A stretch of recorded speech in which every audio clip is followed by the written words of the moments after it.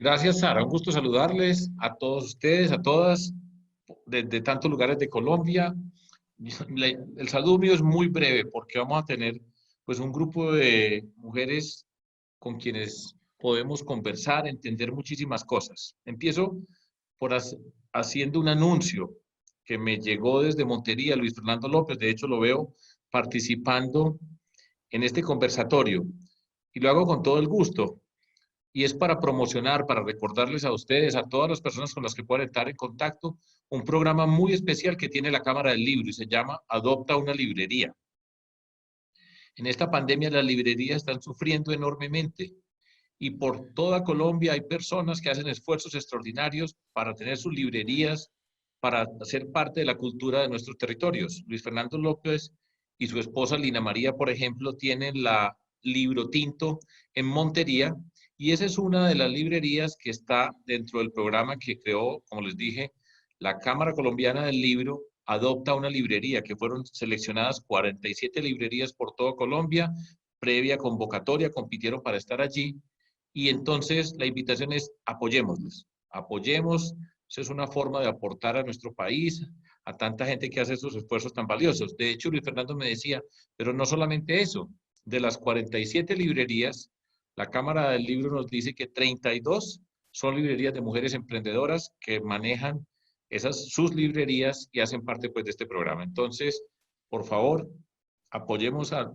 una librería, adoptemos una librería, programa de la Cámara del Libro, y muchísimas gracias por ponerle atención a este mensaje.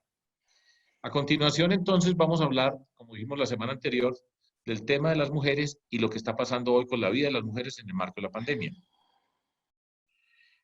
Sin duda que uno de los avances más sensibles en nuestra sociedad, y esto es global, avances con todas las limitaciones que todavía tenemos enfrente, es la discusión acerca de los derechos de las mujeres y la igualdad de género.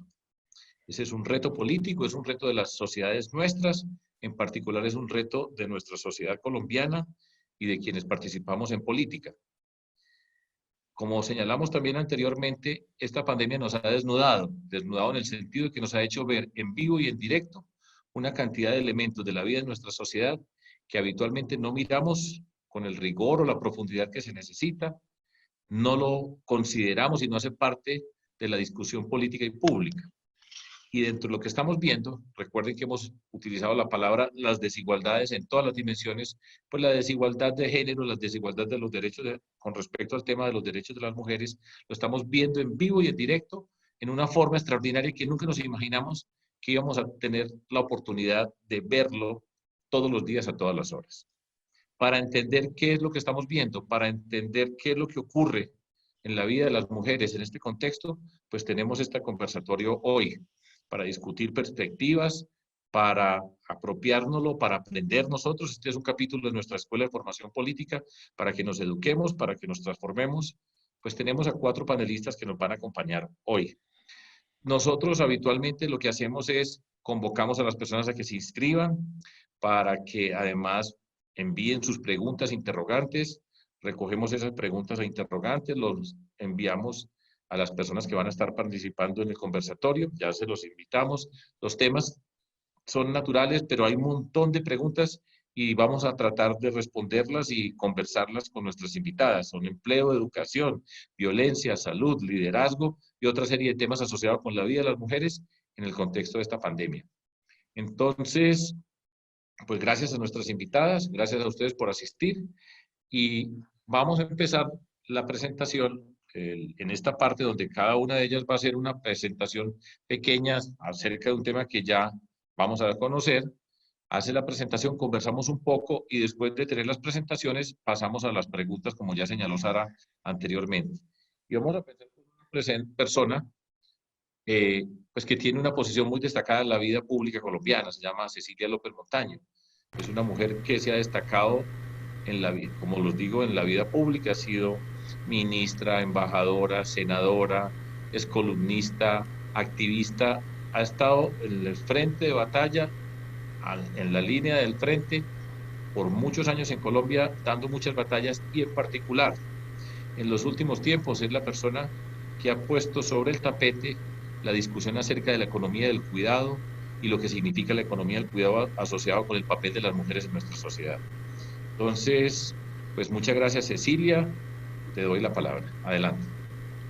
Bueno, primero, Sergio, muchas gracias por esta invitación. Me parece un honor compartir contigo y con todas las invitadas, con Rocío, con Ana Cristina, con Rosinés, en fin, con todos ustedes esta oportunidad. Bueno, yo quisiera por empezar diciendo que una revisión de la literatura en este momento sobre lo que está pasando con las mujeres en la pandemia muestra claramente la visión tradicional. O sea, las mujeres están siendo víctimas de una pobreza de tiempo, inclusive mujeres de clase media. Nadie ha pensado que el teletrabajo tiene absolutamente extenuado a muchas mujeres que han caído, o sea, les toca asumir unas responsabilidades muy grandes. El tema de la violencia que se ha recrudecido en esta época, el exceso en general de trabajo, la baja remuneración de las mujeres que están en el campo de batalla jugando un papel tan importante en la salud y el nulo liderazgo que en el campo de la salud, por ejemplo, y en el campo de las decisiones sobre la pandemia están teniendo las mujeres. Para no hablar de, desafortunadamente, en el caso colombiano, que algunas de las mujeres que están ocupando posiciones importantes en el país, como la vicepresidenta, como la ministra del Interior, bueno, no, están haciendo cosas que a veces a nosotras nos gustaría que no sucedieran. Esa visión tan tradicional, porque eso es lo que nos ha pasado siempre, me parece, sinceramente yo siento que estamos subestimando un cambio absolutamente histórico que se está dando en el mundo. Resulta que ese trabajo no remunerado, ese trabajo oculto, que ha subsidiado la economía por siglos, que es el trabajo que realizan las mujeres dentro del hogar, resulta que ahora empezó a jugar un papel muy importante porque además el trabajo remunerado, en donde las mujeres también se concentran en este tema del cuidado, está jugando un papel absolutamente prioritario. Me produjo gran emoción ver, por ejemplo, a Alain de Charry decir en una entrevista que le hicieron, no sé si fue en Le Monde, en un periódico internacional, diciendo, por fin quedó claro que el mundo depende del cuidado. Entonces me parece que mi sugerencia, y en esto yo tengo una visión sesgada porque soy economista, yo creo que esta es la gran oportunidad, sin desconocer que sí, las mujeres están sufriendo, pero se está presentando la oportunidad de oro. ¿Por qué? Yo estoy convencida, y ese ha sido mi trabajo sobre la economía del cuidado, que afortunadamente ya no se llama trabajo doméstico ni trabajo reproductivo, se llama economía del cuidado.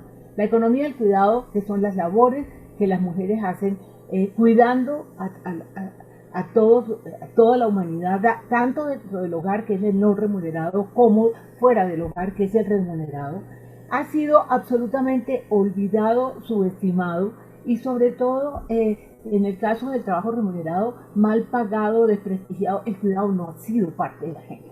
Entonces me parece que les repito, me parece que sin negar todo el costo que estamos sufriendo las mujeres en general, esta es la oportunidad de que pase lo que yo estoy convencida que cambiará la vida de las mujeres, que es que el cuidado entre a ser un sector productivo que genera como la educación y la salud, dinámica económica y sobre todo bienestar.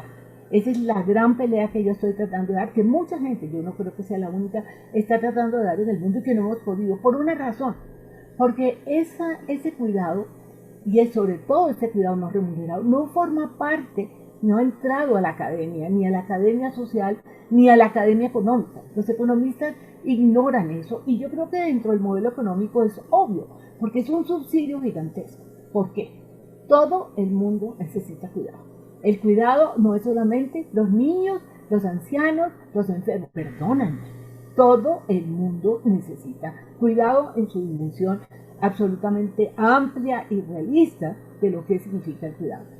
Y ese trabajo que realizan las mujeres, primero el remunerado no tiene liderazgo, mal pagado, en el mundo lo están haciendo los migrantes y las migrantes sin ningún tipo de apoyo ni reconocimiento, y ese que se realiza en el hogar es el que tiene amarrada la mitad de las mujeres que están en edad de trabajar y que podrían, que se han educado inclusive más que los hombres y que no salen muchas de ellos porque no tienen la posibilidad de que quien asuma eso que se supone es natural de las mujeres.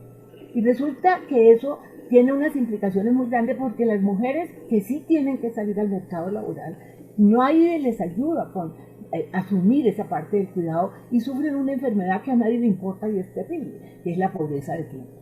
Pero por otro lado, porque son jornadas, y hemos hecho investigaciones en el CISOR, esos programas que dan a las mujeres, a mí me ponen los pelos de punta, porque esos programas de la, ¿cómo se llama eso? El emprendimiento con las mujeres, simplemente les agregan horas, de tal manera que terminan con jornadas entre 14 y 19 horas, como lo hemos visto en investigaciones, sin que nadie valore eso. Entonces, simplemente para abrir la discusión, yo sí creo que esta es una oportunidad única. Han pasado varias cosas. Primero, parte de esas actividades que todo el mundo subestima, como es ir a hacer mercado, cocinar, etc., hoy entraron gracias al confinamiento y gracias a la pandemia, hoy la están realizando otras personas y les pagan por eso. O sea, esa actividad sí es productiva, ¿sí? Pero por otro lado, las mujeres están asumiendo actividades que son productivas y se volvieron no productivas. Por ejemplo, la educación. La educación es una actividad por la cual le pagan a los maestros o a las maestras. Muchas de estas mujeres ahora con la educación están asumiendo los roles de profesoras sin que nadie les pague.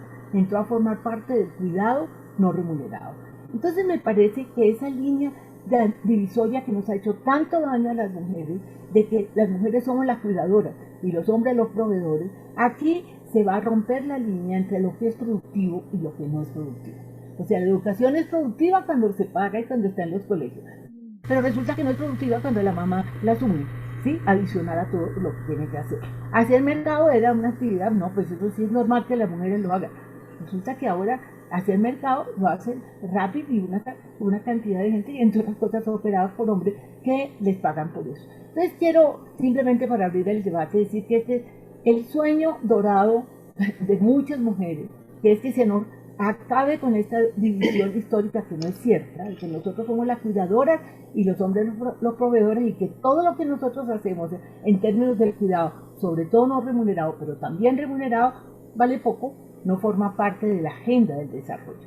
Entonces, creo que la oportunidad para que pase a ser parte del desarrollo un sector como la educación y la salud, que eso le eleva el nivel de vida a las mujeres, se distribuye entre el Estado y el mercado, y eso genera una dinámica muy distinta, y para mí es el principio de la flexibilidad de roles y de una mayor inserción de las actividades de la mujer en la vida productiva. Yo lo dejaría ahí para iniciar este debate. Gracias. Muchas gracias, Cecilia, y gracias por el tiempo y la explicación tan clara. Una observación, un comentario contigo para continuar. Yo creo como tú que esta es una oportunidad que se puede aprovechar en sentido positivo, romper esa barrera de cuidador y proveedor, que tendrá un cambio histórico y ojalá pues que esta sea la condición que tenemos. Pero eso va a ser resultado fundamentalmente de la política, de los políticos, de la forma como se hace la política y las decisiones que se toman en la política. Porque al mismo tiempo puede darse un retroceso, y ese es uno de los retos, repito, que es político, para entender y avanzar en la forma como queremos avanzar. Por ejemplo, en temas que tú manejas, el tema del desempleo que viene a continuación. Si ya el desempleo de mujeres y jóvenes estaban los niveles que estaban, ahora, en el momento en que se venga este desempleo en la dimensión que va a tener, muchas mujeres van a perder sus trabajos por el nivel del mundo económico, del mundo productivo en donde están ubicadas, y muchos van a querer que precisamente se queden en la casa para aprovechar la capacidad que tienen de cuidar y todo lo que han hecho en función de los proveedores que van a ser los que van a tener que salir a buscar trabajo. Esa es una inquietud que tengo yo y que vale la pena que señalemos, y tal vez no recuerdo, pues una frase que me recordaba el otro día Rosa Inés Ospina acerca de Michelle Bachelet, y es, ojo, que con todos los programas que se hagan en el contexto de la pandemia, no sea en el esquema tradicional, como dices tú, Cecilia, que son el mismo esquema manejando las respuestas, sino que tenga una perspectiva de género, que se incluya el tema de las mujeres en los programas que se están dando para solucionar o para avanzar en la pandemia. No sé tú qué piensas sobre eso y qué puedes comentar. Mira, tengo una buena noticia que va en contra un poco de lo que estás diciendo. Acaba de salir un estudio que el New York Times presentó una síntesis, de que resulta que lo que más se está valorando en el mundo, y si miras el estudio de desarrollo sobre qué pasa con los trabajadores, los únicos trabajadores que tienen la posibilidad de tener un trabajo fijo en esta pandemia son los trabajadores que están vinculados a lo que es crítico para atender la pandemia, fundamentalmente salud, ¿sí? Y resulta que esos son, entre otras cosas, dentro de ellos hay un grupo que sí tiene trabajos de tiempo completo y ese es el 6% de todos los 22 millones que son la fuerza de trabajo. Pues resulta que la gran demanda en el mundo, y este estudio que se acaba de hacer y que lo publicaron para Estados Unidos, resulta que la gran demanda es para la salud y el 70% del personal de la salud son mujeres. O sea, hay una gran demanda y ponen el ejemplo de que en Estados Unidos, donde seguramente se está valorando más que nosotros porque la pandemia llegó a niveles terribles, resulta que la decisión que está tomando las parejas es que la que tiene posibilidad de trabajar es la mujer, porque ella es la enfermera, ¿sí? Y son las enfermeras el grueso de lo que se... Y él se tiene que quedar en la casa asumiendo las labores de cuidado. Entonces esta visión me preocupa porque, como te digo, yo creo que en este momento si la pandemia sigue como va y si la salud sigue siendo la gran prioridad, cosa que aquí en Colombia no lo sentimos. La verdad es que siento que ahora estamos más preocupados por la reactivación económica, cuando donde si la pandemia se crece más de lo que está, esto se va a volver a cerrar y volvamos a tener una situación económica terrible. Entonces, lo que hay es que aprovechar esta coyuntura. Mira, Sergio, yo pensaba, y con esto termino porque me parece que es un tema interesante, ¿cómo nace la división del trabajo? Nace con la revolución industrial.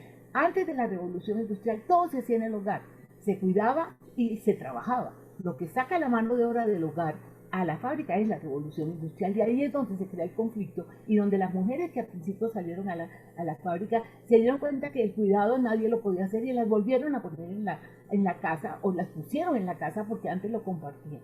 Yo ahora siento que hay primero una gran demanda por actividades que las hacen mayoritariamente las mujeres, pero necesitamos que las hagan en condiciones mucho más igualitarias. Y en segundo lugar, vamos a volver a ese caso donde en la casa se hace tanto el cuidado como el trabajo. Simplemente es como para empezar a discutir. Muy bien, muchas gracias. Ahora les presento a Ana Cristina González. Ana Cristina es una médica, es una doctora en bioética y ética aplicada, ha trabajado en el tema de derechos sexuales y reproductivos, igualdad de género, es docente, es una mujer que tiene todas las credenciales y que está al tanto de lo que está pasando pues en el contexto de toda esta pandemia. Entonces, Ana Cristina, adelante. Hola Sergio, muchas gracias por la invitación, me encanta esta conversación, qué bueno ver a Cecilia, a Rosa Inés, qué bueno verte a ti y ver a las otras personas y leer un montón de nombres que están en ese chat. A mí me han pedido que introduzca como algunos elementos que tienen que ver con algunos otros efectos de esta pandemia sobre las mujeres. Y muy brevemente, antes de concentrarme en los 2 o 3 puntos que yo traigo para esta conversación, quería simplemente agregar algo a lo que dijo Cecilia, porque me encanta su optimismo y me parece que esa mirada es fundamental. Pero yo creo que hay 2 cosas que es importante, digamos, agregar a su perspectiva. La primera, todas sabemos que el trasfondo, digamos, de esta división sexual del trabajo es un trasfondo cultural muy fuerte y que ese trasfondo cultural es el que ha llevado a que ese trabajo, como tú explicaste, también sea un trabajo subvalorado, que independientemente incluso de que tan bien educadas estén las mujeres, son ellas quienes mayoritariamente asumen todas esas tareas de cuidado en el hogar, y que en el contexto de la pandemia, tú ponías el ejemplo de la educación, pero también ahora resulta que a los hogares llevamos el trabajo, llevamos la recreación, llevamos otra cantidad de tareas que están sobrecargando desproporcionadamente a las mujeres. Como tú dices, hoy en día todos y todas hemos tenido alguna experiencia con el cuidado y eso hace, digamos, como mucho más posible que ese trabajo pues sea visible para todo el mundo.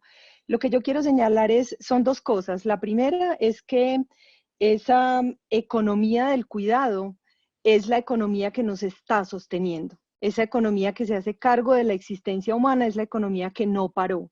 Yo oigo todo el día en las noticias, la economía se cayó, la economía paró, estamos muy mal, y a nadie se le ocurre decir, un momento, hay una economía que no paró, y gracias a que esa economía no paró, nosotros tenemos hoy la posibilidad de que nuestra existencia humana sea más digna, más amorosa y tenga más calidad. Y lo segundo que quiero señalar es que todo eso que estaba explicando, esa sobrecarga que tienen las mujeres como resultado de este trabajo y su contexto cultural implica que pongamos, digamos, el foco, y en eso yo coincido un poco con lo que decía Sergio, en la política y en la necesidad de que esa política promueva realmente una transformación y un cambio cultural. Dicho esto, entonces yo quiero hacer 3 puntos para agregar a la conversación y ya Cecilia me introdujo uno de ellos. Yo primero quiero hablar del papel que están jugando las mujeres en la pandemia, en lo que se llama la primera línea de atención en la pandemia. Tú ya has dado la cifra, que es una cifra no solamente en Colombia, sino en el mundo entero. Según datos muy recientes del DANE, 7 de cada 10 personas que trabajan en atención en salud son mujeres y eso incluye, esto es un dato muy importante, la atención residencial medicalizada, porque sabemos que la pandemia tiene unos efectos o una letalidad mayor en ciertos grupos de personas y esos grupos en general son los grupos de mayor edad o con condiciones previas de enfermedad, muchos de los cuales se encuentran en esas residencias que son atendidas por mujeres. Solamente para que se den una idea, 88% de las personas que se desempeñan en el área de enfermería son mujeres, un 80% de las profesionales que hacen ejercicios de psicología y gerontología son mujeres, 93% de las instrumentadoras son mujeres, es decir, este es un sector donde la presencia de las mujeres es muy fuerte, más o menos la mitad de quienes tienen la profesión de la medicina son mujeres, un 46%, pero esto supone 2 cosas, que las mujeres están proporcionalmente en una mayoría muy significativa en esa primera línea de atención. Por lo tanto, los riesgos a los que están expuestas en este contexto son importantes y hay que considerarlos, pero a esto se suma una cosa que Cecilia dijo al pasar y que la semana pasada lo anunció Alicia Bárcena en una declaración que hizo en relación a estos temas desde la CEPAL, y es que las mujeres en promedio en el sector salud ganan 25% menos que los hombres. Entonces, esas mujeres están teniendo que hacer más turnos de trabajo remunerados sin que necesariamente se las alivie de la carga del trabajo de cuidado. Entonces, ahí hay, digamos, varios puntos, digamos, varios hilos para jalar. El segundo que quiero traer acá es el tema de la violencia. Sobre este no me voy a extender mucho porque es uno de los temas sobre los que más hemos hablado en el contexto de esta pandemia, pero justo antes de que empezara este programa me llegó un video, yo supongo que todo el mundo aquí vio ese video de la culpa no era mía, ni dónde estaba, ni cómo vestía. Llegó una versión nueva del video con las calles desocupadas y un poco insistiendo en la frase de la culpa no era mía, ni dónde estaba, ni cómo vestía, porque resulta que ahora las mujeres están siendo víctimas en un lugar que siempre supimos que era peligroso, sus casas, esos hogares donde ellas son responsables de trabajar y ese confinamiento, el hacinamiento y todas las condiciones, digamos, de la convivencia con los agresores están llevando a que hoy en Colombia todas las líneas que atienden violencia, la línea 155, la línea 141, yo le pedí un comparativo al Ministerio de Salud, la línea 123, todas sin excepción han incrementado la atención de llamadas por violencia intrafamiliar entre un 182%, en donde este promedio fue más alto que la línea de 155, pero las otras han aumentado entre un 40% y un 35%. ¿Qué significa esto en cifras? Que en el año 2019 cada 3 días en promedio una mujer era víctima de feminicidio, pero según los datos últimos de la Fiscalía podríamos decir que cada 25 horas una mujer ha sido asesinada en el contexto de la pandemia, que cada 10 minutos se está recibiendo una denuncia de violencia intrafamiliar y cada 21 minutos, si recuerdo bien, una denuncia por violencia sexual.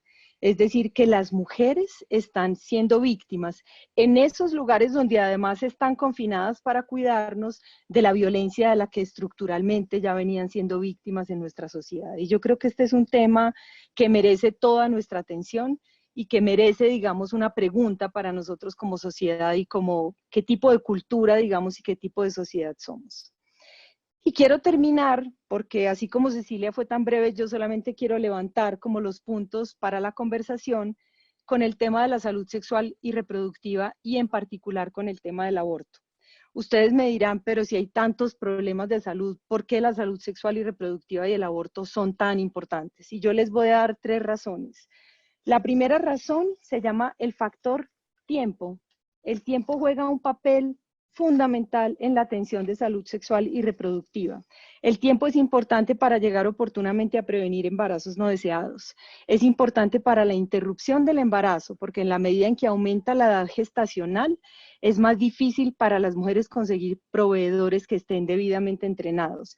El tiempo es importante para tener un parto sin complicaciones y por lo tanto para recibir atención prenatal. Entonces, el factor tiempo es un factor determinante para que a las mujeres se les asegure la salud sexual y reproductiva.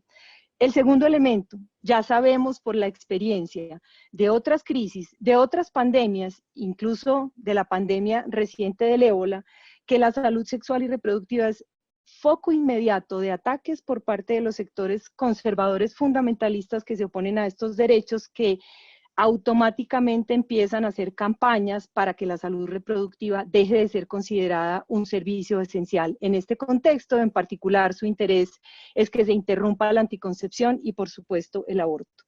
Y el tercero, que quizá es el más importante de todos, y sobre esto ya han alertado la OMS, el Fondo de Población de Naciones Unidas, ONU Mujeres, el mecanismo que hace seguimiento a la Convención de Belén do Pará. Lancet sacó un reporte, la Organización Mundial de la Salud, el Instituto Guttmacher, para decir, ojo, en contextos de crisis ya sabemos que la salud sexual y reproductiva es particularmente vulnerable, que las mujeres se mueren por razones que tienen que ver con la salud reproductiva en este contexto, porque hay unas características, digamos, que son muy similares a las del confinamiento, que las exponen a mayores riesgos: la sobresexualización de la vida cotidiana, el hacinamiento, el confinamiento que les impide salir, por ejemplo, a buscar métodos anticonceptivos, la falta de intimidad en los hogares, que es un factor decisivo, por ejemplo, para las adolescentes, entre otros asuntos.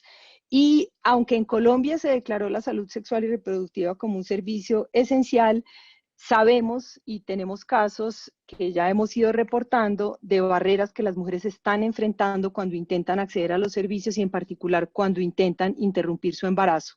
Afortunadamente está disponible la telemedicina para que las mujeres puedan interrumpir el embarazo desde sus casas con asesoría médica. Yo quiero solamente contarles que el Instituto Guttmacher acaba de hacer unos escenarios bastante conservadores mostrando que si en esta pandemia la atención en salud sexual y reproductiva se redujera un 10%, que es una cosa bastante pequeña, el impacto a 12 meses sería de esta magnitud. En materia de falta de métodos anticonceptivos, estaríamos hablando de un incremento de 49 millones de personas con necesidades insatisfechas de métodos anticonceptivos en el mundo, 15 millones de embarazos no deseados nuevos, 1.7 millones de mujeres con complicaciones severas resultantes del embarazo y más o menos 28.000 muertes maternas. Y si lo mismo sucediera en el tema del aborto, es decir, con solamente un incremento de 10% de los abortos inseguros, estaríamos viendo 3 millones de abortos inseguros y más o menos unas 1.000 muertes asociadas a estos abortos. El aborto es un tema especialmente crítico, aparte de todo lo que mencioné, por el estigma, y porque, como les informé hace un rato, estamos viendo no solamente que a las mujeres les están diciendo en algunas EPS que estos servicios no son prioritarios, sino que están cancelando procedimientos y que les están incluso negando los traslados para esos procedimientos. Sabemos además que en Colombia, desde antes de la epidemia, había un desabastecimiento de métodos anticonceptivos inyectables, que son los métodos que más utilizan las mujeres jóvenes y que en esta crisis, digamos, en esta epidemia, se podrían exacerbar porque sabemos de la experiencia también de otras epidemias que no solamente se afecta el acceso a los servicios, sino que se afecta la cadena de manufactura de medicamentos o de insumos de métodos anticonceptivos. Yo quiero entonces concluir diciendo que por todas estas razones en la epidemia es absolutamente fundamental una mirada diferencial. Sabemos que a los hombres y a las mujeres la epidemia nos afecta de manera distinta, pero con estos 3 ejemplos he querido mostrar situaciones en las que las mujeres o son especialmente vulnerables o están jugando un rol especialmente importante, que justamente por ese rol deberían estar más presentes en la toma de decisiones, y en eso coincido plenamente con Cecilia. Y que sin duda alguna estamos enfrentando una oportunidad frente al tema del cuidado para hacerlo más visible y para finalmente avanzar no solo como llama Cecilia, los aspectos que tienen que ver más con la producción y la economía, digamos, productiva, sino también con la corresponsabilidad y el cambio cultural que son necesarios para transformar esas tareas de cuidado que están en manos de las mujeres. La Comisión Interamericana de Derechos Humanos ha dicho que los derechos no están suspendidos. Algunas campañas también feministas en América Latina han dicho que nuestra voz no está en cuarentena y por lo tanto es fundamental entender que cada una de estas situaciones y en particular las que tienen que ver con la violencia y la salud reproductiva, si no las atendemos de manera oportuna y eficaz, estarían significando también una violación a los derechos humanos de las mujeres. Yo creo sin duda que la igualdad es un horizonte y creo que para nosotros es importante insistir en que la igualdad, que ha sido reconocida como un bien de la humanidad, tiene que ser parte de ese horizonte y que, como decías tú, Sergio, esta pandemia nos está permitiendo, nos está dando la oportunidad de comprenderlo y de actuar ahora de manera preventiva y no dentro de un año cuando tengamos que asumir todas las consecuencias negativas que esta violencia y esta potencial falta de acceso a la salud reproductiva tiene para las mujeres. Muchísimas gracias. Gracias a ti, Ana Cristina. Muchas gracias por la explicación tan clara. Exactamente lo que queremos en todas estas conversaciones, aprender, entender e incorporar todo esto a nuestra práctica política, a nuestra reflexión o como personas. Aquí no hay, lo hice esta observación al comienzo, aquí no hay ninguna filiación política, son unas personas que nosotros hemos invitado por su conocimiento y pues ya lo van viendo. Solo señalar, hacer un pequeño resumen. Tú nos hablaste que hacía el nexo con la conversación, con la explicación de Cecilia, cómo en estos momentos, cuando se dice que se acabó la economía, es precisamente la economía del cuidado la que está sosteniendo al planeta. Y eso pues no es una trivialidad y es relevante y hay que señalarlo. Nos mostraste también la relevancia de las mujeres dentro del sector médico, con las cifras de todas las atenciones que estamos recibiendo, pues son una gran mayoría mujeres expuestas en una condición especial en adición a todo lo que significa eso con respecto a sus familias. La violencia, que es un tema que ha venido ganando espacio, que todavía no tiene el espacio que se merece, pero se merece en el sentido de la profundidad del problema que tenemos, esa violencia en el contexto del hogar, la violencia machista que sufren las mujeres, sin hablar también de abusos de niños y niñas, que es un territorio peligroso para muchos en el contexto de nuestra sociedad. Y todas esas observaciones que tampoco se mencionan prácticamente acerca de la salud sexual y reproductiva en un contexto de pandemia. Yo creo que la reflexión que viene a continuación y que es la misma y seguramente será una gran reflexión es si esto no se incluye, estos temas no se incluyen, esta mirada no se incluye en la definición de las políticas, de los pasos, corto, mediano y largo plazo, entonces vamos a pasar por encima de ellos y lo que está mostrando es precisamente la obligación de tener una mirada diferencial para el tema, los temas que tienen que ver con nuestra sociedad y aquí tenemos unos ejemplos muy explícitos. Siempre estará la preocupación y es cómo avanzamos como sociedad, cómo nos vamos educando, qué tiene que ver todo ese contexto con nosotros los hombres en una sociedad profundamente machista, que es un contexto tremendo el que nosotros tenemos para transformarnos. Y eso es una de los interrogantes que vamos a tener que responder, ¿cierto? ¿Cómo nos transformamos y cómo nosotros aprendemos? No sé si existe alguna mirada juiciosa acerca pues, de la masculinidad, del rol que jugamos los hombres, de lo que significa este proceso como un aprendizaje para entender todo lo que tú estás haciendo y tener un efecto. No sé tú si puedes decir un par de palabras, Ana Cristina, antes de pasar a Max. Yo sobre nuevas masculinidades sé muy poco, Sergio, pero sí sé que hay muchos hombres, digamos, interesados y realmente inquietos porque tú has dicho una cosa que es muy importante y para ti la educación es como el eje central de todo tu trabajo.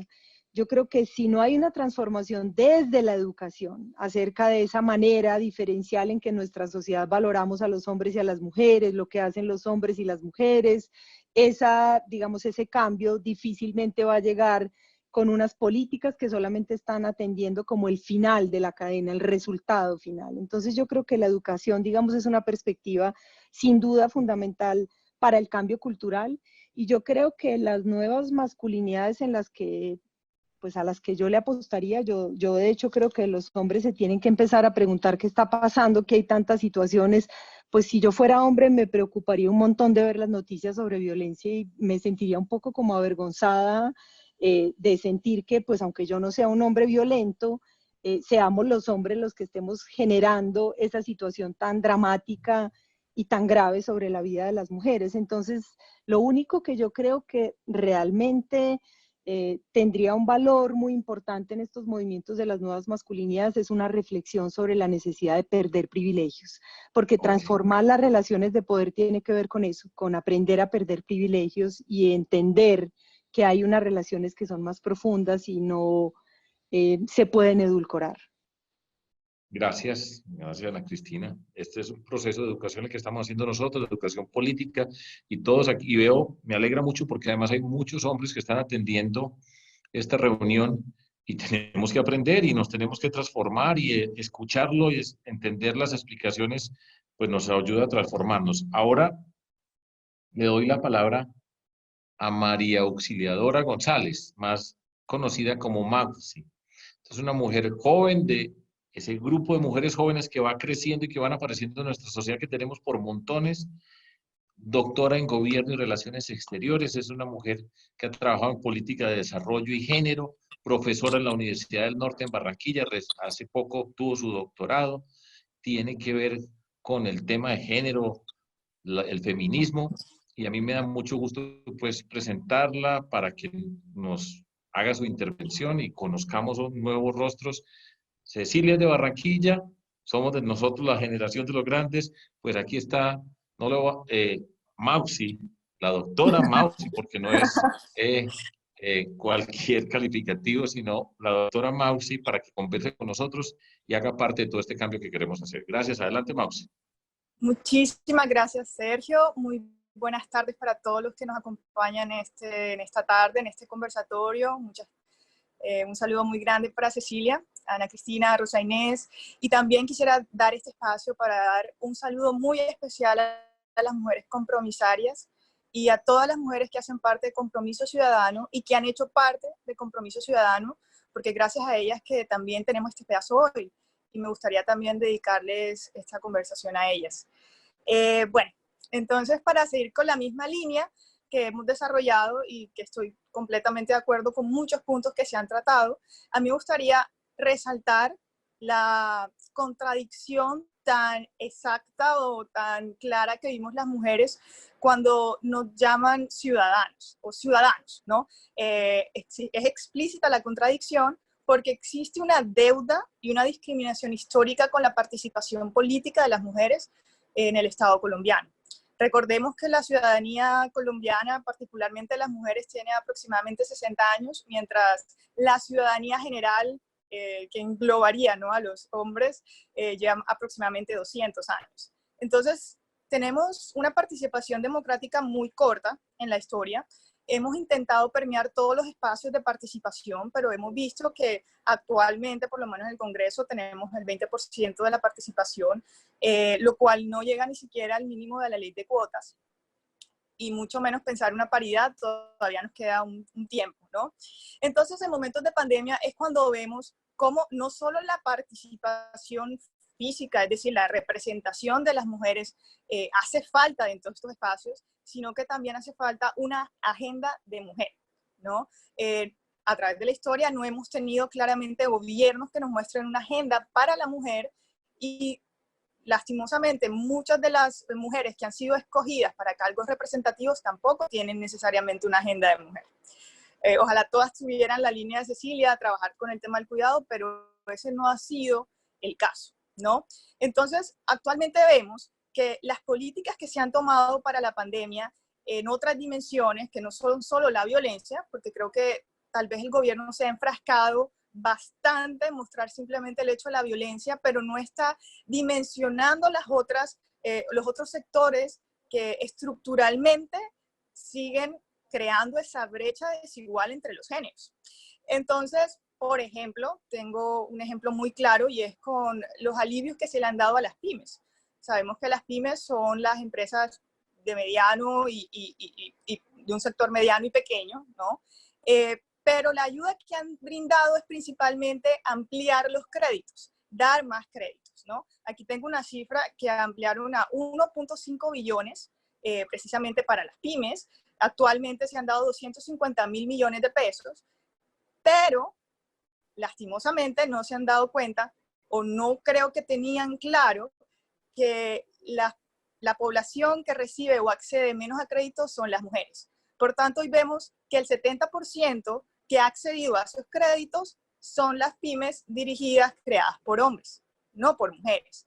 Entonces, ¿qué pasa? Lo que estamos viendo es bastante grave porque esto implica que la brecha de género y la desigualdad, en vez de intentar reducirla ahora en esta pandemia, va a aumentar, porque no estamos tomando políticas certeras, como ya lo hemos dicho, con enfoque de género. Igualmente, creo que hay una problemática muy grande con la desagregación de datos en torno al género. Por ejemplo, si ustedes van a Impulsa, que es la página principal donde la plataforma principal que ha usado el gobierno para destinar estos recursos, nos damos cuenta que no hay por ningún lado una desagregación por mujeres, ¿no? Y así sucede en muchas otras plataformas del gobierno. Entonces tenemos un problema también de datos. Si no tenemos datos, ¿cómo medir a las mujeres? Entonces, ¿cómo vamos a tomar las decisiones? Y si no tenemos tampoco esos datos, ¿cómo vamos a medir el impacto de las políticas públicas que están creando? Entonces hay de trasfondo también un tema de interés de tener más datos, de tener un levantamiento de datos para poder entonces tener políticas efectivas de equidad de género. Igualmente nos preocupa mucho en el tema de la participación política lo que está sucediendo con muchas lideresas en las comunidades, y es que esta pandemia también las afecta diferencialmente a ellas. Por lo tanto, un gran capital político en estos momentos puede que no esté ejerciendo sus funciones diarias en pro de la ciudadanía que representa o de los movimientos y los grupos que ellas están haciendo parte y lideran.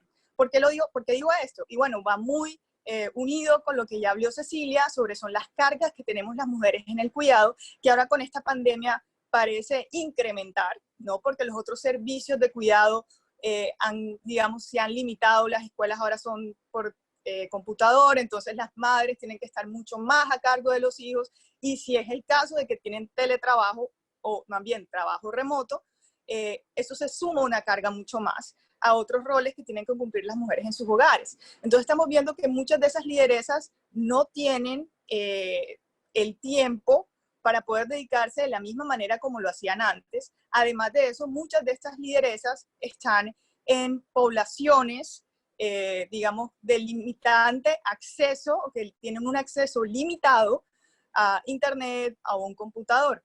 Entonces, estamos perdiendo gran fuerza por parte de esa población, que es un capital político muy importante para la sociedad. Entonces también es poner ese foco dentro de las necesidades de nuestras lideresas y de nuestras mujeres que toman voz dentro de las comunidades.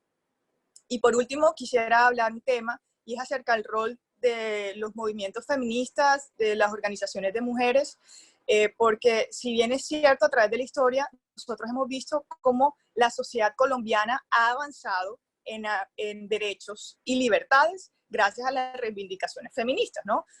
Un claro ejemplo es el voto, ¿verdad? La ley de cuotas, ahora también la necesidad de una paridad, y por ejemplo en el acuerdo de paz las que exigían tener un espacio paritario en todo lo que tenga que ver con las decisiones del acuerdo de paz fueron precisamente los movimientos de mujeres y las organizaciones feministas.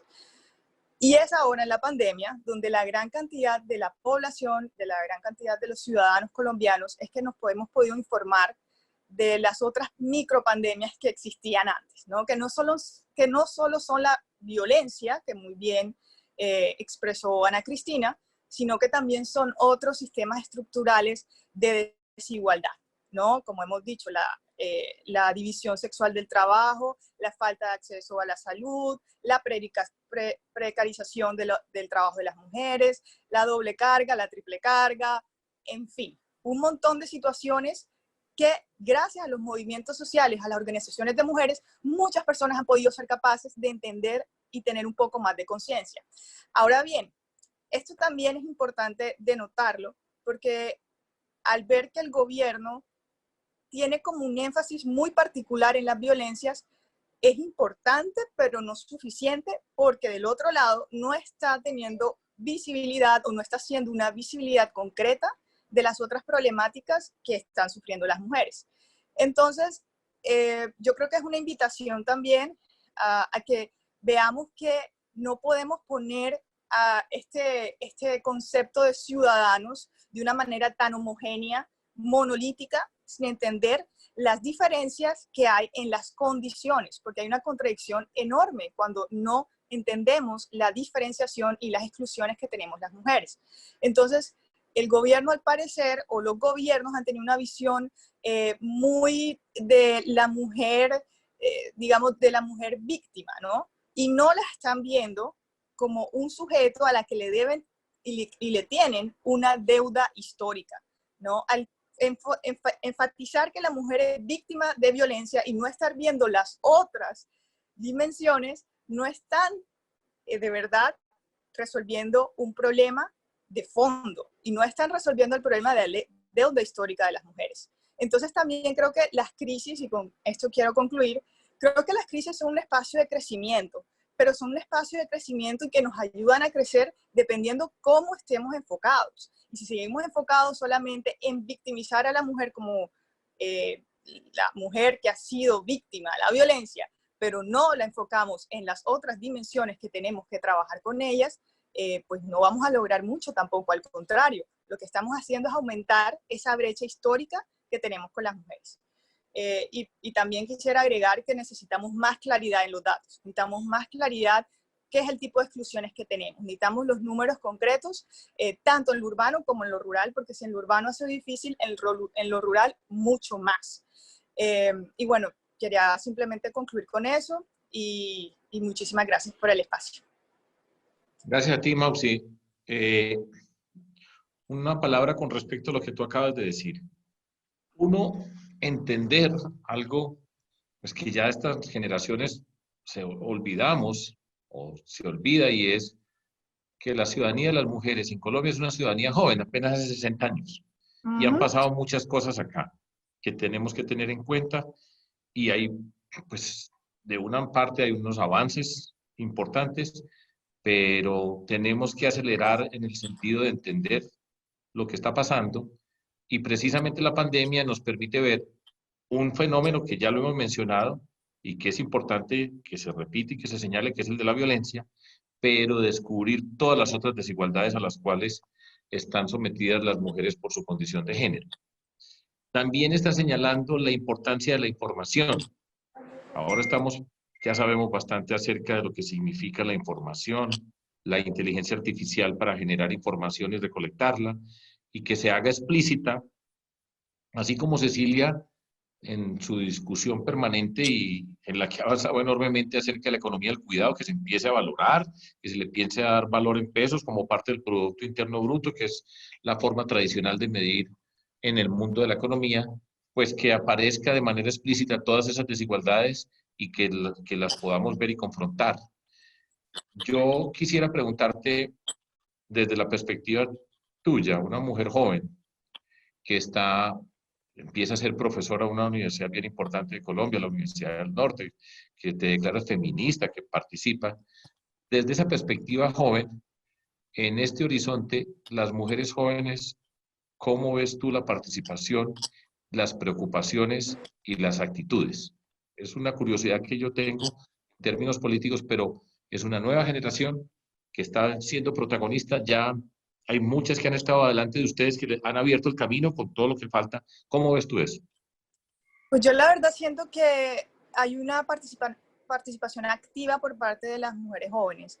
Creo que esta generación ha nacido con unos privilegios que antes no se tenían, y también creo que el hecho de las redes sociales ha sido un motor muy grande para que muchas de las jóvenes entiendan más sobre el feminismo.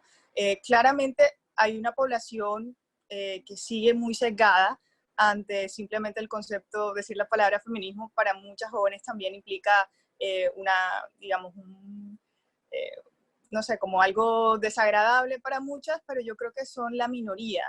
Lo veo por mis clases que dicto, que cuando yo digo soy doctora en gobierno y relaciones internacionales y he estudiado sobre feminismo, tengo especialidades sobre los grupos feministas, veo gran emoción por parte de mis estudiantes mujeres. Lastimosamente no tanto hombres, que eso es otro tema a debatir, porque el tema del género y el feminismo parece que llega más a las jóvenes que a los jóvenes, y yo creo que debe ser un tema para todos, ¿no? Pero yo sí creo que hay una gran emoción con respecto al feminismo. Creo que hay un activismo digital que ahora es muy fuerte también. Creo que eso ha permitido tomar conciencia sobre el movimiento y sobre este tipo de, digamos, de reivindicaciones que tenemos.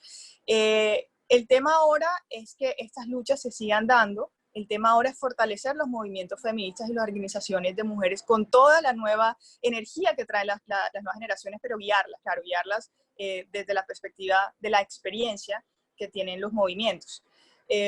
Yo siento algo muy positivo con las nuevas generaciones, y siento también que estamos viendo en la política caras frescas, nuevas, mujeres políticas que se llaman feministas también, o que están avanzando mucho más en una agenda para mujeres, que también es importante tener sus referentes en la política.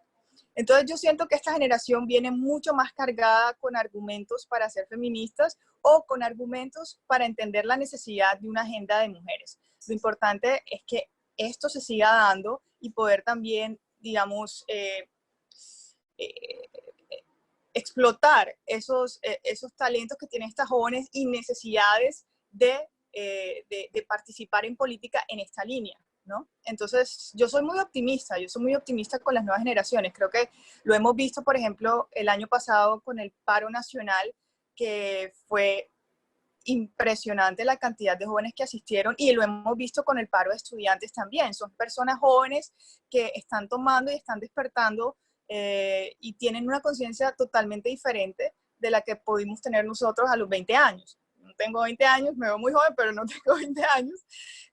Pero sí creo que es una generación que debido, nuevamente digo, a la facilidad y al acceso a la información, y que tienen más, digamos, espacios para formarse en el feminismo u otros tipos de movimientos, creo que es más probable que volvamos a ver o veamos una generación propositiva sobre agenda de género. Gracias, Mausi. Bueno, ya terminamos la primera parte de esta reunión. Muchísimas gracias, ya hemos escuchado a nuestras invitadas. Y ahora le voy a dar paso a una mujer que nos ha ayudado muchísimo a trabajar en estos tiempos, a Rosa Inés Ospina, quien va a pasar a conducir la discusión a partir de este momento, a hacer los planteamientos que recogen y que atienden muchas de las inquietudes que nos enviaron, y para iniciar la sesión de preguntas, que veo desde el chat que hay un montón de personas que tienen inquietudes y que después, pues, entre Rosa Inés y Sara las van a tramitar.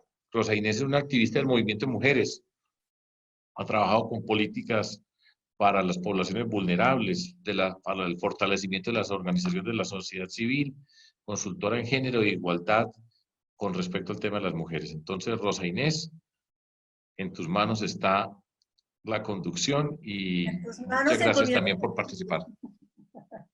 Gracias, Sergio. Bueno, la verdad es que ha sido muy interesante, porque nosotros tuvimos la oportunidad de recibir cerca de 100 preguntas de las personas que se fueron inscribiendo, y como ustedes han visto, seguramente quienes hicieron las preguntas, tanto Cecilia como Ana Cristina como Maxi, fueron respondiendo muchísimas de esas preguntas.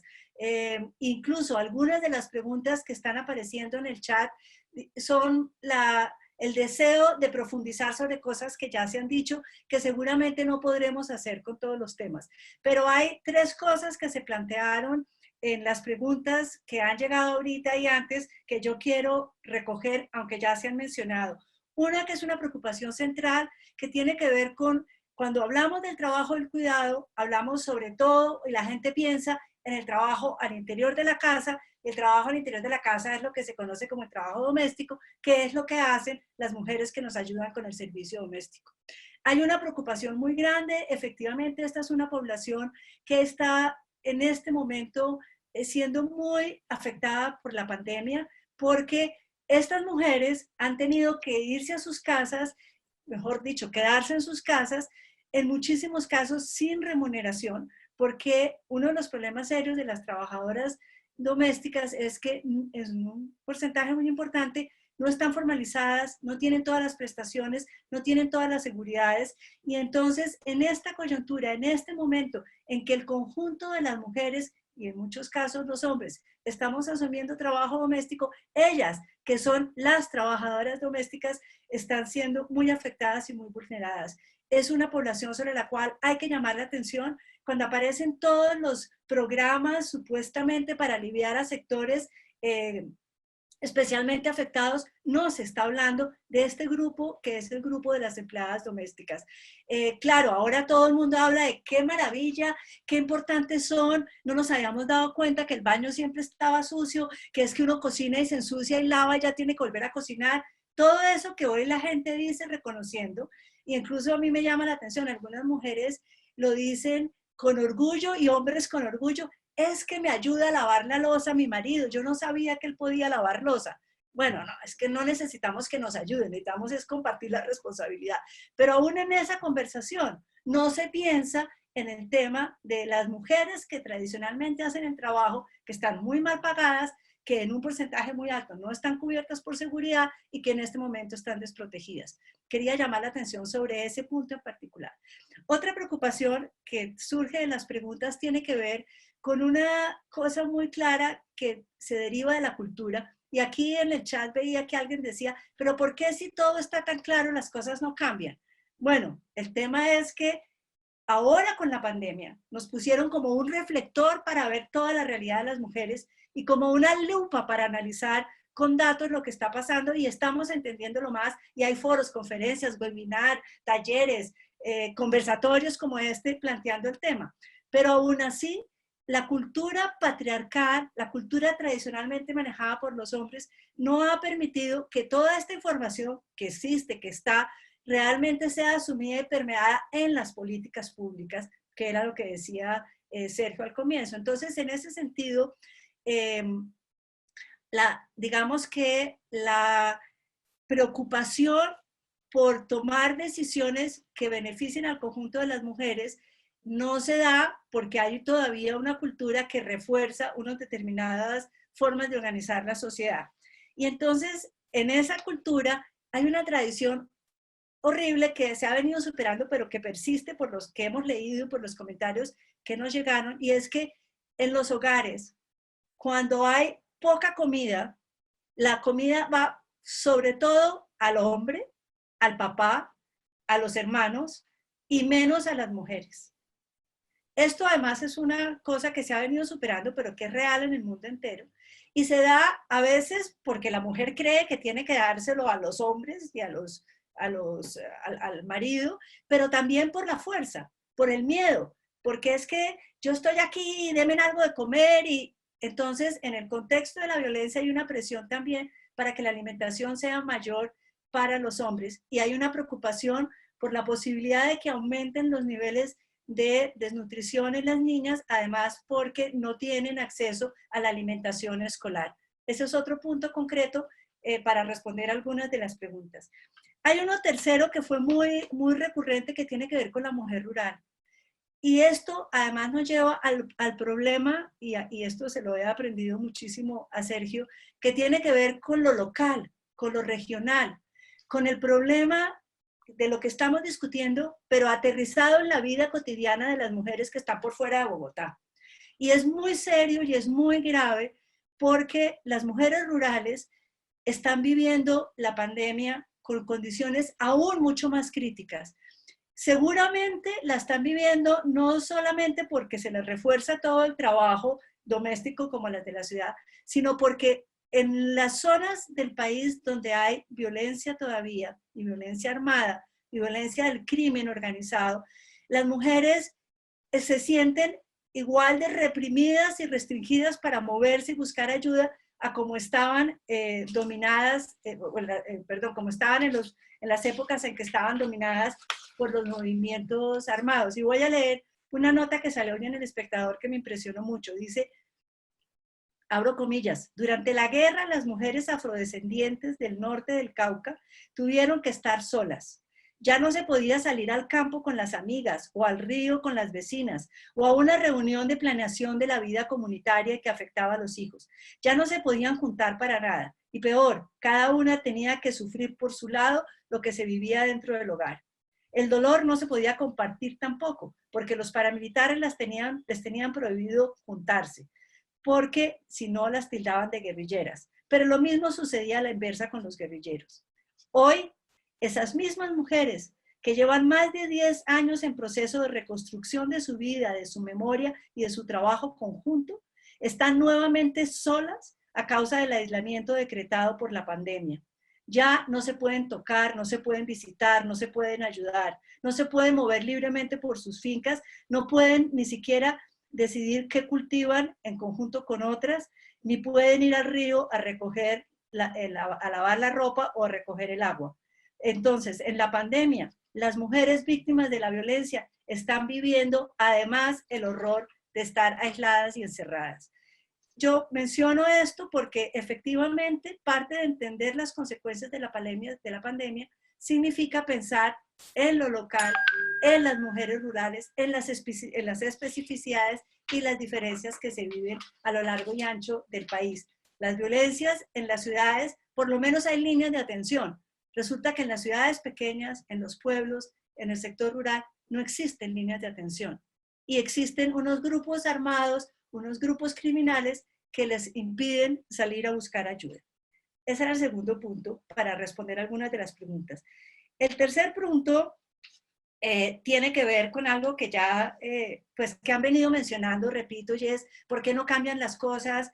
¿Por qué no tenemos un Ministerio de la Mujer? ¿Por qué no? ¿Por qué no? Bueno, porque necesitamos que haya las políticas públicas que elijamos y que tengamos de gobernantes a las mujeres y a los hombres que efectivamente defiendan esta agenda. Y en ese sentido recojo lo que decía Mausi.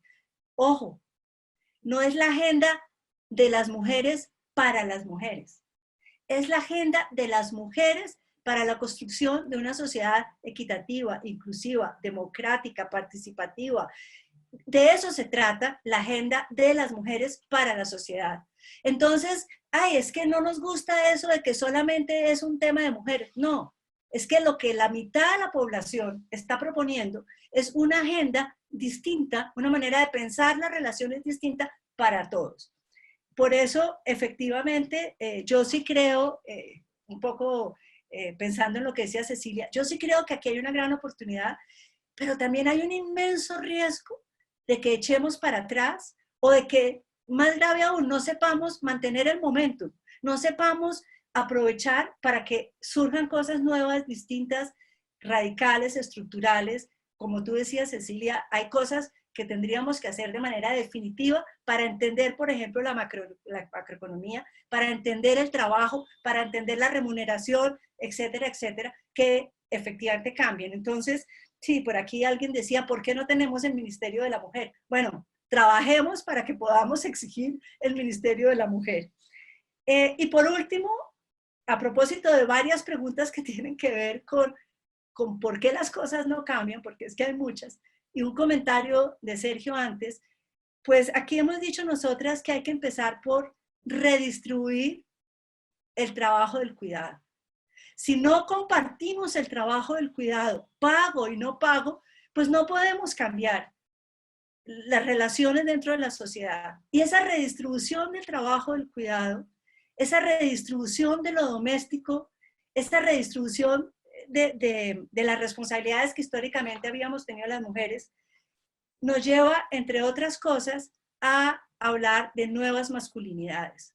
Es decir, si los hombres no empiezan a preguntar, ojo, no es que los hombres nos pidan a nosotras que definamos las nuevas masculinidades, porque realmente estamos cansadas. Todo el esfuerzo que hacemos las mujeres históricamente para defender nuestros derechos, nuestros espacios, la agenda de las mujeres para la sociedad, y además los hombres nos piden que les construyamos la agenda de las masculinidades. No, es un trabajo que tienen que hacer los hombres en este proceso de perder privilegios, y sobre todo empezar por a ver cuáles son mis privilegios. Yo estoy aquí encerrado en mi casa, ¿qué privilegios tengo o qué condiciones distintas tengo frente a las que tiene mi compañera o mis hijas, mis hijos?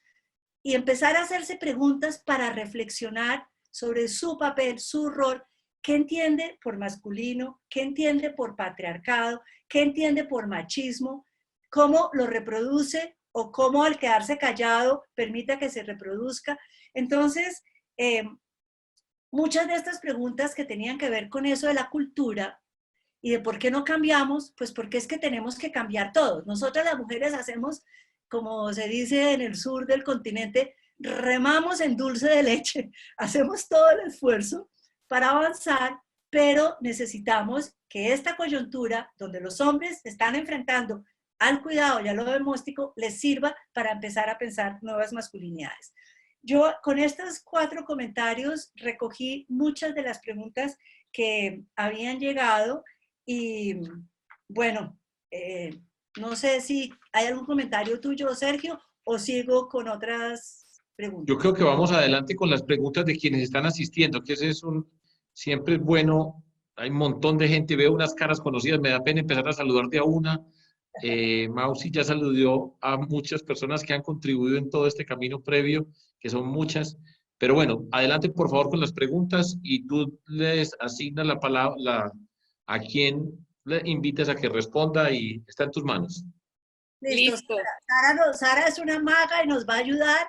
Por favor, entiendan que vamos a recibir 10 preguntas, una ronda de 5 y otra de 5.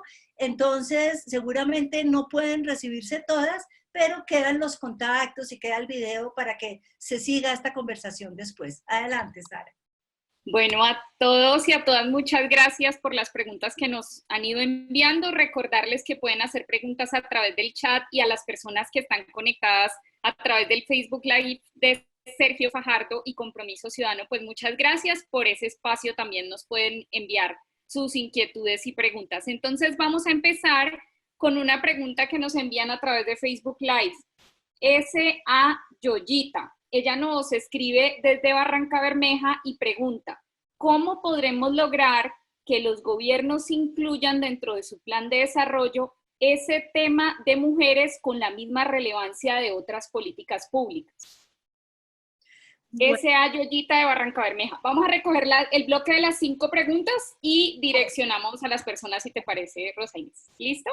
Bueno, la siguiente pregunta, y le vamos a dar la palabra a Rocío Pineda, que está conectada. Rocío, te escuchamos.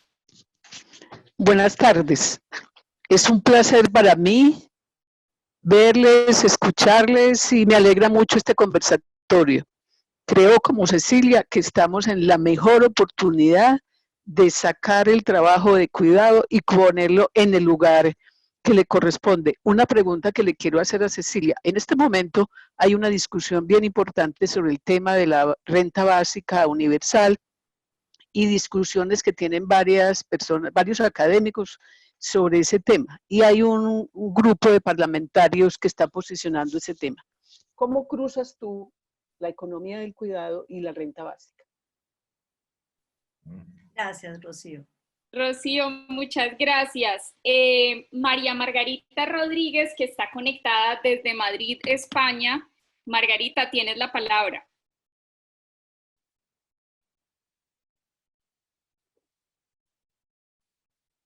Margarita, abre el micrófono. Es importante que le abran el micrófono. Ahí, eso, María Hola, Margarita. ya, ahora sí estoy. Sí, quería preguntarle a Cecilia, veo por ejemplo en el Plan de Desarrollo de Bogotá un enfoque importante sobre la economía del cuidado, donde se habla de relevar a la mujer de estas cargas y poner esos cuidados de una manera balanceada entre el Estado y la responsabilidad de las empresas. ¿Cuál es tu aproximación en cómo se resuelve ese punto? Porque evidentemente pues es un problema como sociedad, pero pero ¿dónde están los equilibrios entre esa responsabilidad de Estado-mercado? ¿Cómo ves tú la aproximación de Bogotá y si crees que esa es la línea que debemos seguir o hacia dónde?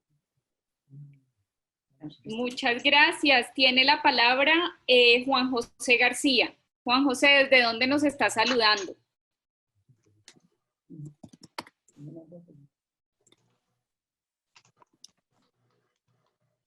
Juan José. ¿Les Ibagué? Hola. Hola, Sara. ¿Cómo estás? Hola, Juan José. ¿Cómo estás? Qué pena, no estaba preparado. No, yo le escribía que, digamos, para los sectores vulnerables, digamos, uno de los problemas y las tragedias de las políticas públicas en Colombia tiene que ver con lo que decía la doctora Mausi, y es acerca de la falta de datos para poder comenzar a crear las políticas públicas y de ahí en adelante medir toda la cadena de valor de cubrimiento de esa política y desarrollo de esa política pública. Entonces, digamos que se escucha la creación de estructuras y nuevas unidades en el gobierno, que por sí es difícil por la parte política, pero yo creo que el primer paso es posicionar esa necesidad de datos, de que el DANE cree datos, de que las unidades territoriales creen datos, porque si de por sí los datos son difíciles en las políticas públicas, para estos sectores es mucho más complicado. Entonces no tenemos de dónde comenzar a medir algo. Muchas gracias, Juan José, desde Ibagué. Y para cerrar este bloque de preguntas, le vamos a dar la palabra a Paola Garzón desde Bogotá.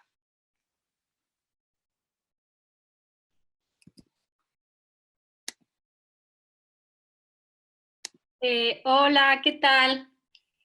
Hola, Paola. Hola. Hola, buenas tardes, ¿qué tal?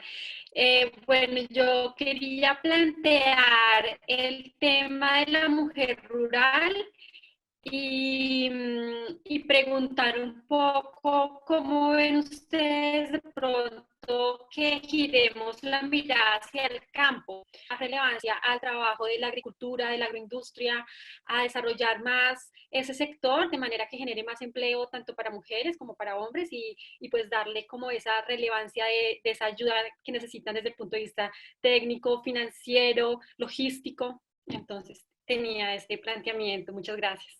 Muchas gracias a ti, Paola. Entonces, Rosa Inés, te doy la palabra a ti para que puedas distribuir las preguntas ya allí.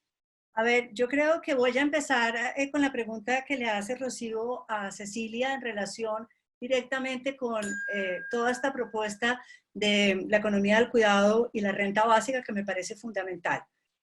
Si quieres, empieza con esa, Cecilia, y entonces, como ya Cecilia está preparando esa, yo le pediría a Ana Cristina que nos ayudara a responder el tema del Plan de Desarrollo de Bogotá, porque además ella es consultora y está ayudando con el Plan de Desarrollo de Bogotá, entonces nos puede ayudar a explicar cómo es que se está incluyendo este tema en el Plan de Desarrollo. Y eso nos sirve para responder la pregunta de cómo se puede manejar esto en los planes de desarrollo. Y por último, le daría a Maxi la palabra para hablar del tema de información. Entonces, si quieres, arrancas así. ¿Ya? ¿Arranco? Sí, habla duro. Bueno. Habla un poco más duro, Cecilia. ¿Ya? ¿Ahí me escuchan? ¿Sí? Sí. Perfecto. Ok. Bueno, es que estoy en una finca y el internet es medio desastroso. Para contestar la pregunta de la renta básica, yo quiero empezar por dos cosas. La economía del cuidado no remunerada, o sea, la que se hace en el hogar, ya se ha medido en muchos países de América Latina. Acuérdense que nosotros sacamos la primera ley para medirlo, se han hecho varias encuestas de uso del tiempo y el valor va entre el 19 y el 20% del Producto Interno Bruto de México, de Ecuador y de Colombia, que son los tres que recuerdo. O sea, estamos hablando de una dimensión que supera la contribución que esta economía del cuidado le hace al Producto Interno Bruto, que es superior a la agricultura, que es el 6%, superior a la industria, que es el 11%, superior inclusive al sector financiero, que cuando era uno solo medía el 18%. Entonces estamos hablando de palabras mayores. En segundo lugar, tenemos que el 30% de las mujeres no tienen autonomía económica en América Latina en promedio. Y en el caso de Colombia tenemos que solo el 50% de las mujeres en edad de trabajar, más educadas que los hombres, están entrando al mercado laboral. Tenemos un 50% de un recurso humano que hemos educado que no puede salir al mercado. Y yo estoy convencida que gran parte es por el peso de la economía del cuidado.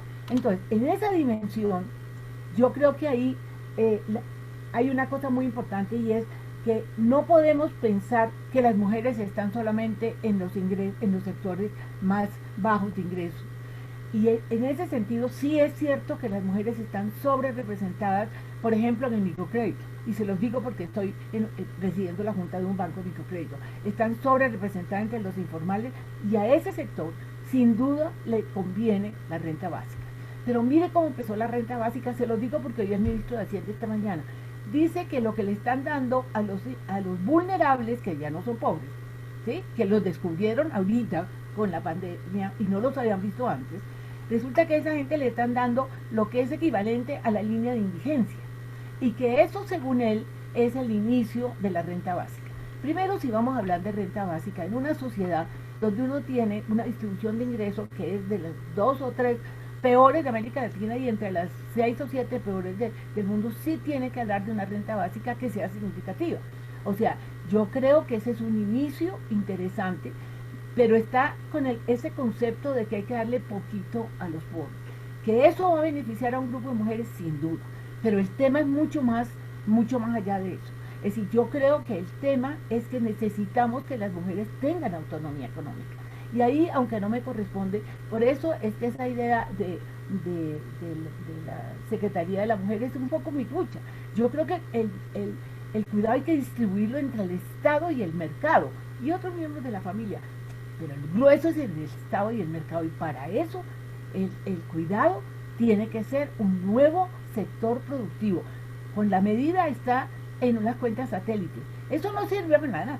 Eso sirve para que valoren a la mujer, pero no le cambia la vida a la mujer. Tenemos que dar el salto a que sea un sector productivo.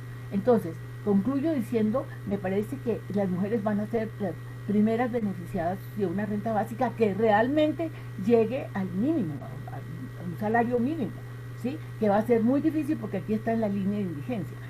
Pero quiero decir que eso resuelve una parte del problema, pero el problema general y más grande nace cuando reconozcamos que no podemos seguir con un 30% de las mujeres con autonomía económica y con un 70% de las mujeres sin posibilidad de tener esa autonomía, lo que frenaría en un momento dado la violencia, lo que les daría acceso al poder económico y al poder político.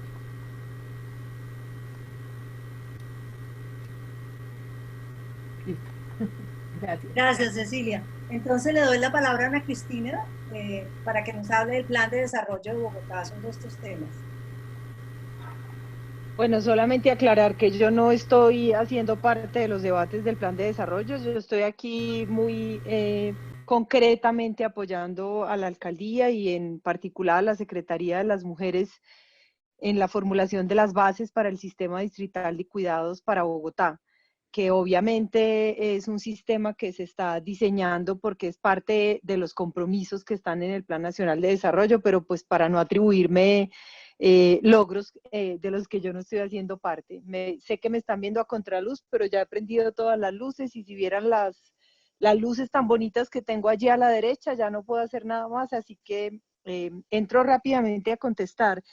Pues en realidad estamos teniendo muchas conversaciones, pero la idea que tenemos con la formulación de un sistema distrital de cuidados para Bogotá tiene pues un fundamento que ha sido discutido en esta conversación, y es que a través de ese sistema podamos asegurar las mejores condiciones para la existencia humana, porque ese cuidado que tiene lugar en los hogares es nada más y nada menos el cuidado que nos permite tener o asegurar la existencia humana. Pero puesto en términos concretos, lo que realmente busca el sistema es crear las condiciones que le permitan al distrito movilizar toda la institucionalidad del Estado local y de otros actores involucrados en la corresponsabilidad, como estaba explicando Cecilia. Esto quiere decir una corresponsabilidad entre la empresa privada, el Estado, las comunidades y las familias que componen el cambio para esta transformación. Decía entonces condiciones permitan al distrito movilizar toda esa institucionalidad para la corresponsabilidad frente al cuidado, de manera que se pueda liberar de tiempo, perdón. ¿Me escuchan? No, era porque habías perdido un momento como la señal, pero ya te recuperamos y te estamos oyendo bien. Ah, bueno, es que en ese instante que tú hablaste salió un letrerito que decía conexión inestable.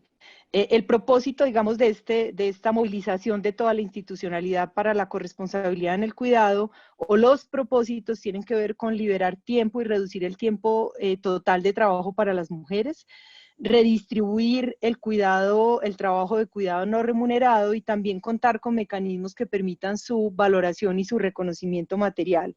Por supuesto que entendemos y además pues compartimos en un cierto sentido la importancia también de este salto al que nos invita Cecilia de pensar en el cuidado como un sector productivo, pero estamos trabajando también como en esta visión, digamos, más amplia y más comprensiva de lo que sería un sistema distrital de cuidados para Bogotá. Esto, por supuesto, daría para una conversación muy extensa. Yo solamente quiero dejar esos puntos, pero en otro momento podríamos seguir la conversación.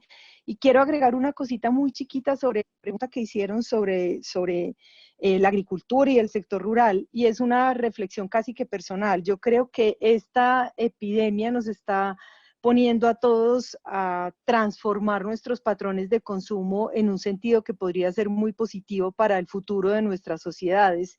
El primero es que estamos teniendo que hacer un consumo muy local y una economía casi que solidaria. Yo me imagino que a todos ustedes les pasan, pero yo ya compro los tomates del señor que pasa caminando por la calle, las cebollas de no sé quién, y creo que esa idea de tener un consumo más local es una idea potente y muy importante. Pero la segunda es consumir menos. Yo creo que pues el expresidente Mujica de Uruguay lo dijo mejor de lo que podría decir cualquier manera, pero mientras la sociedad se piense solamente como una sociedad que vive para ver cuál es, qué es lo siguiente que va a consumir, pues no tenemos futuro, y creo que esta pandemia nos ha obligado a todos a reducir y a transformar nuestros patrones de consumo de una manera que sin duda va a darle centralidad pues a la agricultura y a todo el sector rural de nuestro país. Gracias, Ana Cristina. Yo, a propósito del tema de datos, quiero recoger, alguien acaba de escribir en el chat una preocupación importante, ya te doy la palabra, Mauxi, pero está diciendo que nosotros para poder contabilizar la economía del cuidado dentro del PIB, tendríamos que tenerlo dentro de las cuentas nacionales. Le voy a dar un segundo la palabra a Cecilia para que nos explique qué hay hoy y qué es lo que habría que cambiar para que tengamos información clara sobre lo que significa la economía del cuidado en la economía colombiana. En este momento lo que logramos es que se construya una cuenta satélite de las cuentas nacionales donde se incluyen las cifras que se sacaron de las encuestas de uso del tiempo. Ya llevamos 2 o 3, y eso es lo que nos da 18-19% del Producto Interno Bruto. Para que se incluya como un sector productivo, tiene que distribuirse entre lo que son actores productivos, que es entre el Estado y el mercado, ¿sí? En ese momento en que el Estado asume una parte, por ejemplo, todo el cuidado de los sectores más bajos de ingresos, porque cuidado no solamente de los niños y esto, sino muchas otras cosas, en ese momento el Estado genera una demanda de empleo, ese empleo genera ingresos y se genera una dinámica económica. Otra parte es el mercado, los sectores de ingreso medio, etcétera, que demanden esos servicios al asumirlo el mercado generan esa misma dinámica. Ahora, si la economía del cuidado entra como un sector productivo, el Estado lo regula, ya los trabajadores del cuidado no se van a llamar cuidadores, sino trabajadores, como cualquier otro trabajador. Pero ese es el proceso que no hemos podido hacer, y para hacerlo, lo que yo estoy tratando, y me imagino que habrá otra gente, es mostrar en un modelo de equilibrio general cómo eso te genera una dinámica inmensa, cómo quitarle ese peso a las mujeres y distribuirlo entre el Estado y el mercado, y en ese momento se constituye un sector productivo, es lo que genera empleo, demanda de empleo, que es una cosa que a ti te preocupa porque habrá más mujeres trabajando, Sergio, pero habrá más demanda de cuidador, de lo que se llaman hoy cuidadores, y eso trae una dinámica económica. En ese momento se vuelve un sector productivo, el Estado lo regula, los trabajadores se llaman trabajadores y no cuidadores y se someten a la reglamentación laboral. Gracias, Cecilia. Mausi, entonces cuéntanos un poco todo este tema de cómo fortalecer los datos y de qué estamos hablando. Bueno, para responder un poco, o más bien para corroborar, porque yo creo que Juan José García lo que estaba haciendo era corroborar un poco la idea de la importancia de los datos. Yo creo que es precisamente eso, reforzar la idea de que si nosotros no tenemos los datos propios para contabilizar la población colombiana en diferentes categorías y en diferentes rangos, obviamente no vamos a poder tener políticas públicas adecuadas ni tampoco para poder medirlas. También es importante tener estos datos porque no sabemos el tipo de exclusiones con las cuales estamos tratando en Colombia, porque el tipo de exclusiones por género son muy distintas al tipo de exclusiones por raza, por etnia y en el tema de la ruralidad. Entonces, necesitamos datos para saber exactamente qué tipo de exclusiones estamos teniendo en Colombia. Nosotros sabemos por otros datos que nos llegan por otras organizaciones que tienen una tarea rigurosa, que realizan esa recolección de datos de una manera bastante seria, pero falta esa, digamos, esa desagregación por parte del gobierno en muchas otras instancias. A mí me parece necesario e importante también, como este reto es tan grande para el Estado colombiano, me parece necesario aliarse también con las academias y con los centros de pensamiento que tenemos en Colombia. Yo creo que una labor importante de la academia es también realizar o crear observatorios. Y creo que estamos ausentes de observatorios en las academias y también ausentes de un refuerzo financiero por parte del Estado para tener observatorios. Actualmente hay un observatorio muy bueno y muy grande a nivel nacional que lo tiene la Universidad Nacional, pero eso no es el caso en todas las universidades, ¿cierto? Entonces a mí me parece que es necesario que el Estado se alíe con la academia para crear observatorios en todas las regiones donde haya una universidad o donde hay un centro investigativo académico. Entonces yo creo que ese es mi aporte como académica que soy, de intentar resolver un poco, y yo creo que la sinergia es muy importante en estos momentos porque el reto es enorme, es enorme. Entonces, para darle un poco más de estructura y poder tener más agilidad, necesitamos aliarnos. Gracias. Te escuchamos, Sara. Las últimas 5 preguntas. Y yo tengo una pregunta que me voy a reservar yo, que le voy a hacer a Sergio. Dale. Perfecto. Bueno, les quiero animar a todas las mujeres que están conectadas a que nos pregunten más las mujeres, porque son menos hombres los que están participando, pero son los que más preguntas tienen. Entonces, a las mujeres para que se animen a preguntar, que este es el espacio para levantar la mano y participar. Entonces tiene la palabra Alexandra Gómez de Santander. Alexandra, te escuchamos. Perfecto, Sara, yo también. Muchas gracias. La verdad, pues en el corto tiempo quisiera uno realmente darle las gracias a todas ustedes y a Sergio por la participación, por convocar estos espacios. Siempre mi inquietud, que es repetitiva, es alrededor de cuántos hombres participan de esto, porque son diálogos y reflexiones que redundan en nuestros espacios y escenarios, pero entre más hombres estén sensibilizados con estas realidades, pues sería mucho más fácil cambiar nuestros escenarios. Quiero tocar 2 cosas. Cuando dentro del movimiento siempre hablamos de educación, creo que esta es una oportunidad de oro a pesar de la adversidad que estamos viviendo. Cuando nos referimos a la educación y tocar las pautas de crianza que debemos mirar de una manera completamente diferente para entender este concepto de nuevas masculinidades desde la raíz, para esas mujeres que nos está tocando estar 100% al lado de nuestros hijos, multiplicar nuestra capacidad para hacer de todo con ellos, cómo empezar a revisar que el sistema de educación o las plataformas de educación o las exigencias que estamos teniendo a los colegios o lo que la política pública pueda estar dando ahorita no se centre simplemente en cuántas horas de matemáticas, inglés o español estamos recibiendo, sino cómo podemos empezar a desarrollar el ser para que estas generaciones que están viviendo la pandemia con nosotros puedan entenderse y puedan ser esas generaciones de cambio futuro. con unas pautas de crianza diferentes, donde definitivamente los patrones de violencia, de agresión, de trabajo compartido y colaborativo sea mucho más real, porque lo estamos viviendo. Pero si sigue recayendo la economía del cuidado, en que el hombre está conectado en la casa a su teletrabajo, y la mujer asume toda la carga y los niños están en sus habitaciones con las tareas, igualito vamos a seguir repitiendo esta dinámica que por muchos años y en muchas culturas la hemos vivido. Entonces quisiera hablar sobre ese tema, del tema de educación y las pautas de crianza. Muchas gracias, Alexandra. Les vamos a contar, Rosa Inés, una pregunta que nos están haciendo a través de Facebook, del Facebook Live. Acá, un segundo. Listo. Jesús Prada desde Bogotá nos pregunta: ¿cree que aporta a una sociedad justa que las personas sean escogidas por su género y no por sus capacidades? ¿No le parece injusto que se escoja simplemente por el género, raza o creencia? Esta es una pregunta que nos hacen desde el Facebook Live. Los invitamos y las invitamos a que nos sigan haciendo preguntas por este medio mientras le damos la palabra a Mireya Ramírez desde Cundinamarca. Mireya, te escuchamos.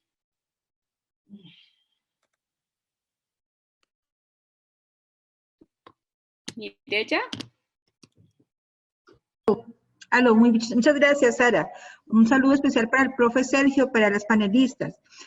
Una inquietud muy importante y una población en donde las madres cabeza de familia y las personas, la población vulnerable que vive pues, de la economía informal, muchas de ellas mujeres no están siendo atendidas por esa falta de discriminación en la política pública en medio de la pandemia.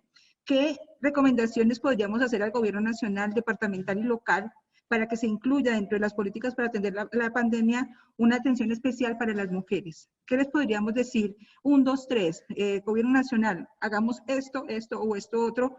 Especialmente, por ejemplo, en mi municipio tenemos, y sé que en muchas partes del país, tenemos filiación política con los actores políticos actuales, pero eso no se está traduciendo en las decisiones de esos actores políticos. Entonces, qué importante una voz de compromiso, o de las mujeres compromisarias, o del profe Fajardo, indicando qué hacer para proteger a las mujeres. Muchas gracias. Muchas gracias, Mireya. Le damos la palabra a Lina Arango. Lina, te escuchamos. Es importante una voz de compromiso, o de las mujeres compromisarias, o de profe Fajardo. Lina, perdónanos. Lina, no te entendemos bien, como que no. Muchas gracias, Mireya. Le damos la palabra a Lina Arango. Lina, te escuchamos. Lina, perdón. Mientras tú debes apagar la conexión del Facebook Live, estamos en vivo. Entonces ya apágalo y ya te damos la palabra nuevamente a ti. Le vamos a dar la palabra a Emilio Bojaca. Emilio, te escuchamos.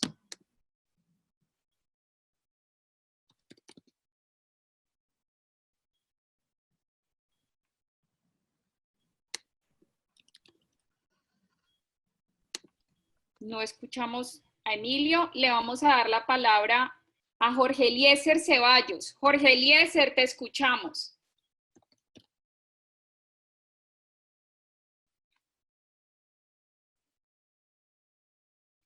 Jorge Eliezer no tiene el audio habilitado. Ay, ok. Listo. Le damos la palabra entonces. Ya Emilio tiene el audio habilitado. ¿Sí? Listo, perfecto. Emilio, te escuchamos. Hola, mi nombre es Emilio Oaxaca. Pues el asunto es que estoy escuchándolas hablar porque mi mamá está oyendo el conversatorio y le dije pues si podría hacer una pregunta. Mi pregunta es, ¿qué podemos hacer los niños, por ejemplo, de mi colegio, de mi edad, para poder trabajar por la igualdad de género en el colegio o acá en mi casa o en otras partes? Muchas gracias, Emilio. Revisamos si podemos volver a darle la palabra a Lina Arango. Lina, intentémoslo nuevamente. Habilitada.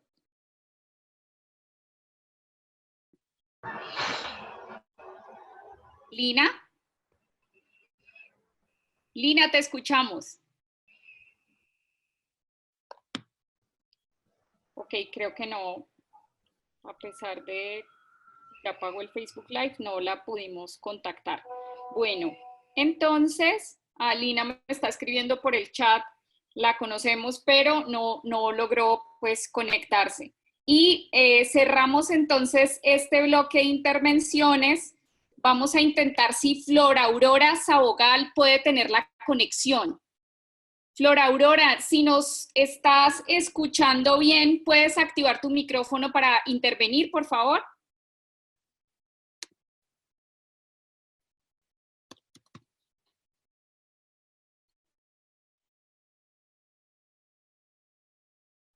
No tiene el audio habilitado. No lo logramos. Ok, listo. Entonces vamos a cerrar este bloque de intervenciones con Camilo Cuadros desde Buga. Camilo, te escuchamos. Buenas tardes, un saludo para el jefe y los panelistas. No, yo quiero hacer una pregunta y tiene que ver con un grupo de personas, de mujeres, a las cuales considero yo que se ha perdido en este momento o se está perdiendo en este momento la oportunidad de poderlas apoyar, sacar adelante, y son las niñas de trabajo sexual. Esas personas quedaron perfectamente desubicadas, sin ningún tipo de ingreso, sin ningún tipo de oportunidad, sin ningún tipo de opción para educación, y veo que nadie ha aportado, ha apoyado, ha generado ningún programa que de alguna manera pueda sacar a estas mujeres a una vida diferente y con un objetivo distinto. Esa básicamente es mi pregunta. Muchas gracias, Camilo. Entonces, Rosa Inés, te damos paso a ti para que puedas direccionar las preguntas a nuestras invitadas y a Fajardo. Ok, bueno, hay una primera pregunta que yo quisiera pedirle a Sergio que respondiera, y es, gracias Alexandra por el reconocimiento a nuestro trabajo, pero es posible porque podemos todas y todos estar en esta conversación. Pero hay una pregunta muy interesante que tiene que ver con muchas cosas que ha venido planteando y discutiendo Sergio a lo largo de su carrera política, y es: ¿cuáles serían esas nuevas formas de educación que pudieran propiciar precisamente la agenda de las mujeres para la sociedad? Y en esto yo simplemente diría que el problema de introducir la perspectiva de género en la educación no es contar niñas y niños para saber que hay el mismo número, sino es, repito, el tema de la agenda de las mujeres para la sociedad en el proceso educativo. Entonces, pues ahí hay una pregunta y una preocupación por cómo se podría hacer esto. Te doy la palabra inicialmente, Sergio, para eso. Gracias, Rosa Inés. Voy a empezar respondiendo la pregunta acerca del tema de la educación, y lo voy a responder de una manera muy concreta y muy corta, porque hay, pues este jovencito, Emilio, también nos hizo una pregunta directamente relacionada con el tema de la educación. Este es un ejemplo, pero esto se puede hacer, y todo consiste, yo insisto en todo esto, que quienes conducen tengan claros estos conceptos, que políticamente se asuma el tema de la igualdad de género, del enfoque de género, como parte de la política para tomar las decisiones. Esa es la clave para mí de todo esto, y por eso es muy importante toda esta discusión sobre la agenda, sobre la participación, de la discusión dentro de todo esto. Miren este ejemplo. Se me ocurre en el momento que Emilio hace la pregunta. A clase vamos a volver eventualmente. Es una de las discusiones acerca de cuándo los niños, jóvenes, cuándo se puede volver al mundo de la educación, incluyendo la educación universitaria. Pero ustedes imaginan si en Colombia nos proponemos hacer lo siguiente: vamos en todo colegio, en toda institución educativa de nuestro país, a reflexionar sobre lo que significó la pandemia, y desde la perspectiva de lo que ocurrió en los hogares, lo que los niños, los jóvenes vieron con sus madres, con todos esos espacios, y prepararnos para hacer una discusión y unos aprendizajes ya en la escuela, con las maestras, con los maestros, articulando la casa. No estoy hablando de nada extraordinario, pero eso se puede hacer. Eso nunca en la vida se ha hecho, pues nunca habíamos tenido una pandemia de esta naturaleza, pero se puede hacer como parte de un proyecto de país. Es una decisión política, y estoy seguro que sería extraordinario para un chico como Emilio y como todos hacer esa reflexión, hacer la reflexión en conjunta, toda Colombia conectada, hablando sobre eso. Eso se puede hacer, y vale 0 pesos, 0 pesos. Es cuestión de formularlo en términos políticos y hacer esa reflexión. Y así se aprende, Emilio. Así se aprende y esta es la oportunidad más grande, porque recuerden una cosa, me estoy animando y sé que tengo que parar. Recuerden una cosa, mucho de lo que se está diciendo permanentemente es que la educación sea relevante para la vida de las personas. Esa es una de las discusiones siempre. Y para las nuevas generaciones, pues más relevante de lo que acaba de pasar no vamos a encontrar nunca en nuestra historia. Y es una oportunidad extraordinaria para, ahí veo a Emilio, para que se pueda decir. Entonces, fíjense ustedes, podemos promocionar eso. Yo no sé si en términos políticos pues nos pongan atención, pero eso sería una forma de hacerlo. Y la otra que quiero señalar dentro de todo esto, y es, miren, nosotros hemos hecho muchas cosas, en Colombia se han hecho muchas cosas, en Medellín, en Antioquia, cuando nosotros gobernamos, yo por lo general soy tímido en reclamar por las cosas que nosotros hicimos, pero no, y no fue por mí, no fui yo quien condujo, fui partícipe y aprendiz de muchas de estas cosas porque me reconozco viniendo de un mundo masculino con la formación que tuvimos nosotros, pero en la ciudad de Medellín, en la gobernación de Antioquia, alrededor de los programas de las mujeres, con mujeres extraordinarias que lo lideraron, hice una cantidad de programas que educan a la ciudadanía. Lo que pasa es que muchas veces solamente se ve desde Bogotá, pero hay que entender lo que pasa en muchas partes del territorio. Y lo que hicieron allá, repito, no yo, sino una cantidad de mujeres, algunas están participando por ahí, fue extraordinario y esas experiencias son valiosas. Y solo cito una para citar, cuando se acabaron los reinados de belleza, la reflexión que había alrededor de terminar con los reinados de belleza, eso es educar a la ciudadanía desde el poder, pero requiere que haya las personas que tengan esa visión y ese conocimiento. Termino yo ahí para no extenderme más. Gracias, Sergio. De todas maneras, hay una pregunta, y creo que tiene que ver con mucho lo que ha dicho Silvia, ¿cuáles serían, si nosotras hoy las mujeres quisiéramos destacar 2 o 3 puntos de nuestra agenda para presionar y exigir a los gobiernos locales, regionales, nacional, precisamente como resultado de esta reflexión en la pandemia? ¿Cuáles podrían ser esos énfasis, Cecilia? ¿Qué es lo que tendrían las mujeres en conjunto como movimiento de mujeres o como parte del movimiento de compromiso ciudadano o como parte de otros movimientos? ¿Cuáles son como los 2 o 3 temas que pueden hacer el clic para seguir avanzando en esta transformación? ¿Cuál podría ser el tema de la agenda? Cuando uno mira la situación de Colombia comparada con otros países, algo que hacen los foros, el foro de Davos, uno ve que en Colombia hay un rezago muy grande en la parte política. Tenemos una participación política ridícula, por debajo del 20% de lo que debería ser. O sea, para lograr igualdad de participación política, nosotros estamos en el 20%, o sea, nos falta todo. Y la segunda es en la parte económica. En educación hemos logrado equidad y aparentemente en salud, que yo me imagino que Rosa Inés y ustedes me pueden asegurar de que eso está muy lejos. Entonces yo creo que aquí hay que hacer un gran esfuerzo por aumentar la posibilidad de que las mujeres tengan autonomía económica. Es decir, yo creo que las mujeres han hecho un esfuerzo gigantesco en educación. Esto es una vergüenza que las mujeres en muchos sitios, incluyendo las nuevas generaciones de mujeres rurales, se están educando más que los hombres, permanecen más en el sistema. Sin embargo, a la hora de entrar al mercado laboral hay un gran freno. Y yo creo que ahí debería haber unos estímulos claros para que se hiciera un esfuerzo de que estas mujeres, igualmente educadas que los hombres, tengan la oportunidad de entrar y mejorar sus ingresos. Yo insisto, la autonomía económica es que es una vergüenza, que el 30% de las mujeres de América Latina tengan autonomía económica y el 70% no. Por ahí empieza la desigualdad. Lo segundo es la parte política.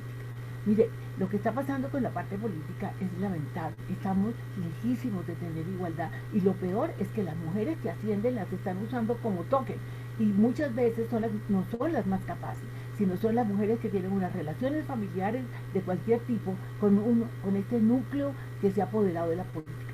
Yo creo que abrir la puerta de la economía, abrir la puerta de la política es un principio, porque una vez que las mujeres logren autonomía económica y liderazgo político, entonces ahí sí vamos a mirar la agenda que no hemos podido resolver y vamos a poder entrar en temas sustantivos como los desfases en salud, los desfases en educación y en otros temas. Yo creo que esas dos áreas implicarían un esfuerzo particular. No sé cuáles son las políticas específicas, pero esos objetivos me parece que cambiarían el discurso y romperían muchísimo muchas de las barreras que las mujeres tienen.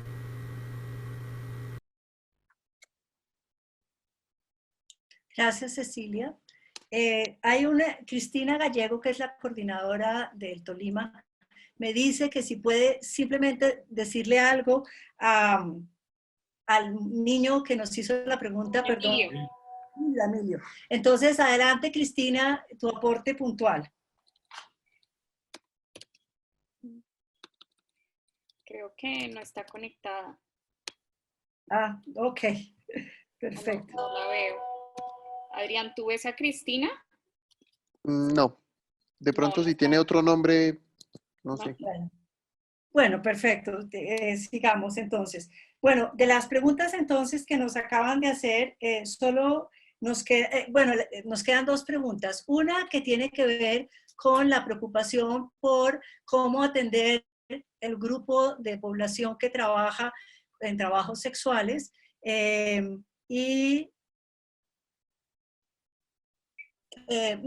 no sé si Mausi quiera responder esa pregunta o quieres que lo haga yo.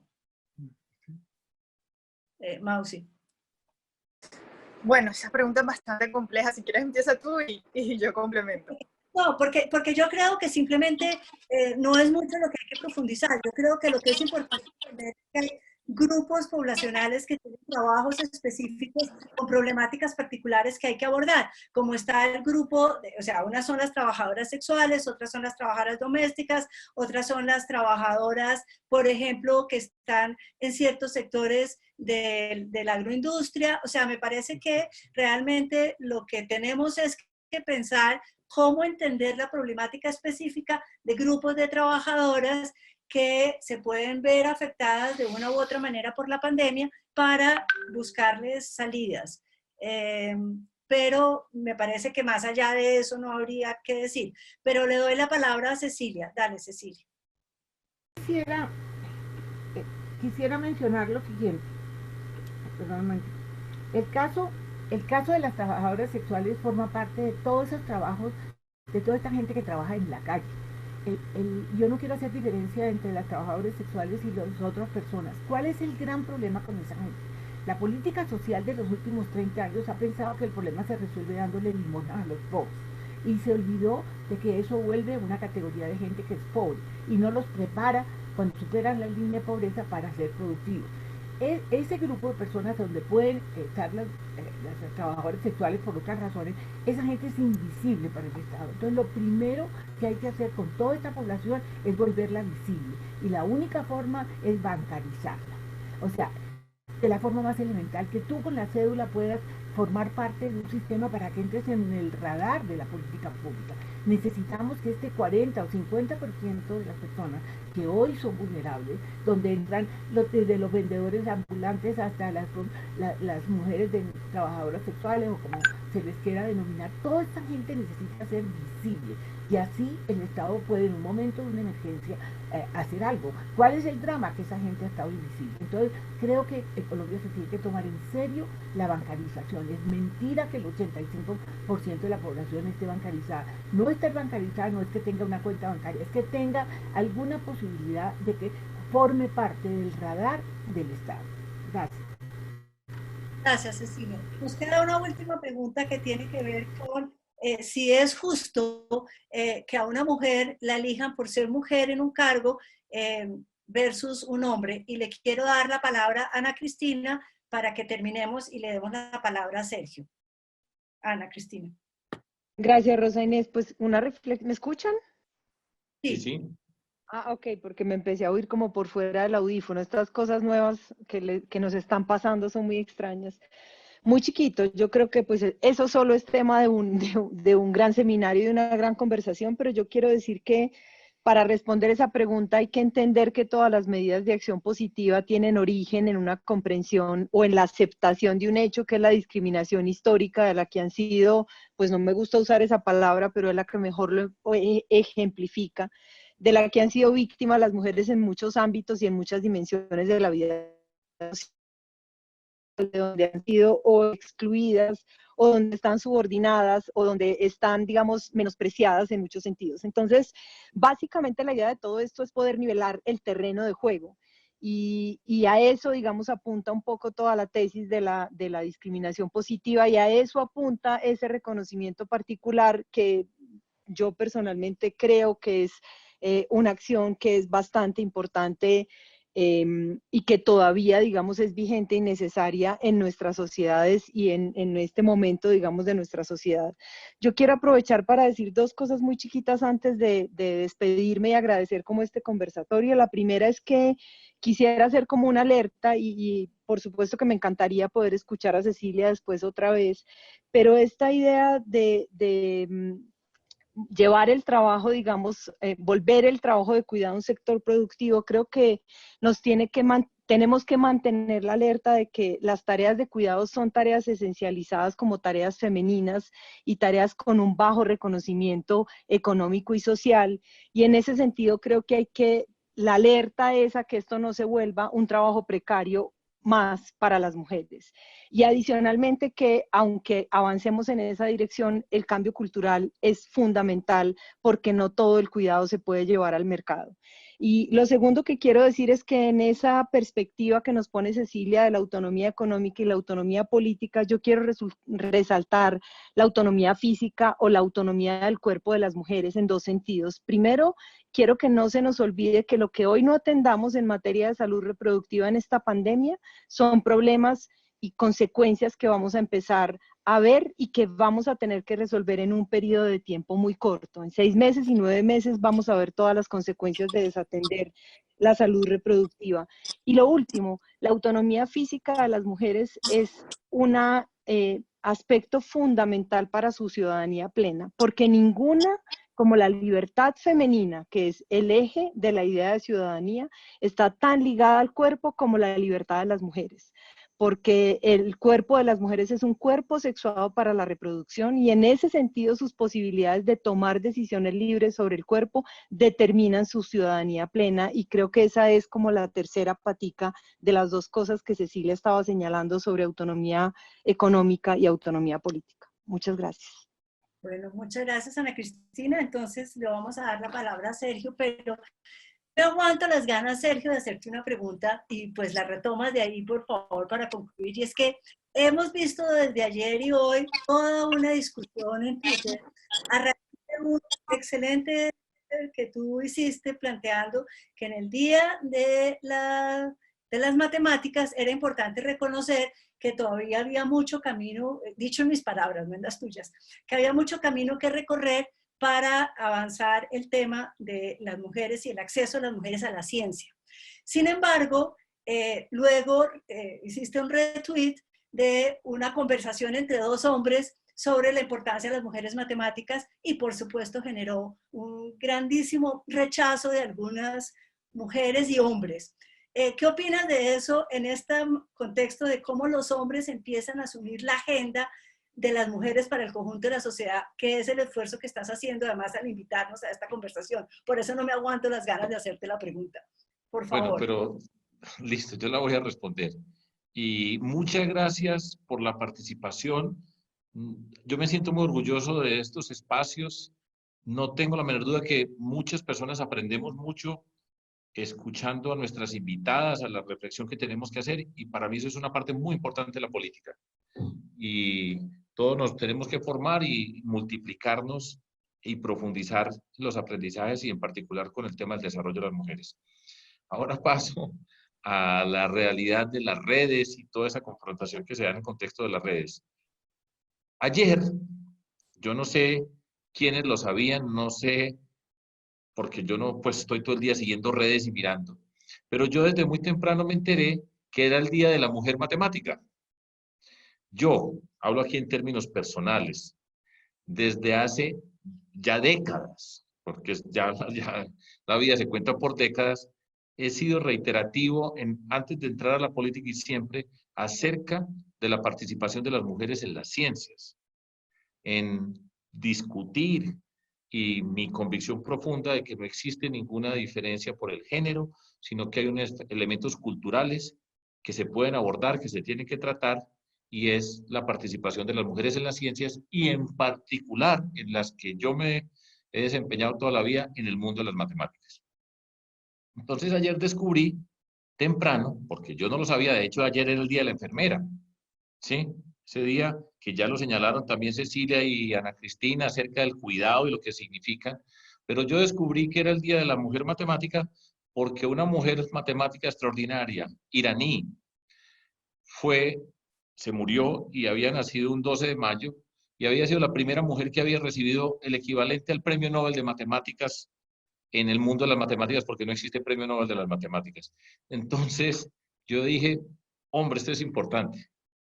Esto por un segundito, decirle al mundo, a Colombia, ojo que el Día de la Mujer Matemática tiene esa implicación, el reconocimiento del talento y la capacidad de las mujeres para estar acá, y es una de las brechas grandes que hay de desigualdades, y está asociada con la cultura, está asociada con el poder, y todo eso. Entonces, así lo hice yo en un tuit. Y en el equipo de comunicación de Compromiso Ciudadano, habíamos grabado una conversación hace más de 2 meses con Ignacio Mantilla, rector de la Universidad Nacional, que también es matemático, y estábamos conversando en ese momento, y en un momento de la conversación, yo, discúlpenme que hable en términos individuales, yo digo, es importante la participación de las mujeres, y retomaron ese pedacito de esa conversación, y no se hizo un contexto para presentarlo en el día de la discusión de las mujeres matemáticas. Entonces, primero voy a decir algo positivo. Yo no sé cuántas personas, y no sé, porque repito, no sigo las redes y no sé cuántas personas se manifestaron acerca de la mujer en el papel del Día de la Mujer en la matemática y el papel de la mujer en la ciencia. No tengo ni idea. Pero pues esa ha sido una obsesión particular, individual, que transmito a nuestro proyecto político y siempre decir el papel de las mujeres. Y recibimos una lección en el mundo caníbal, violento, agresivo de las redes con respecto a lo que pasó con ese video que se presentó con esa atención. Por supuesto, pues es una lección, quedan personas adoloridas porque pasó eso, y esa fue la intención, es una lección, y pues esperemos que no vuelva a pasar, pero ojalá que todas las personas que les haya parecido bien o mal, por lo menos hayan pensado que es el Día de la Mujer Matemática, de las mujeres en la ciencia, y que eso hace parte de la política. Por lo menos saquemos esa parte positiva para nosotros. Muchísimas gracias a todas ustedes. Ha sido una jornada maravillosa y que nos vaya muy bien a todos. Hasta luego.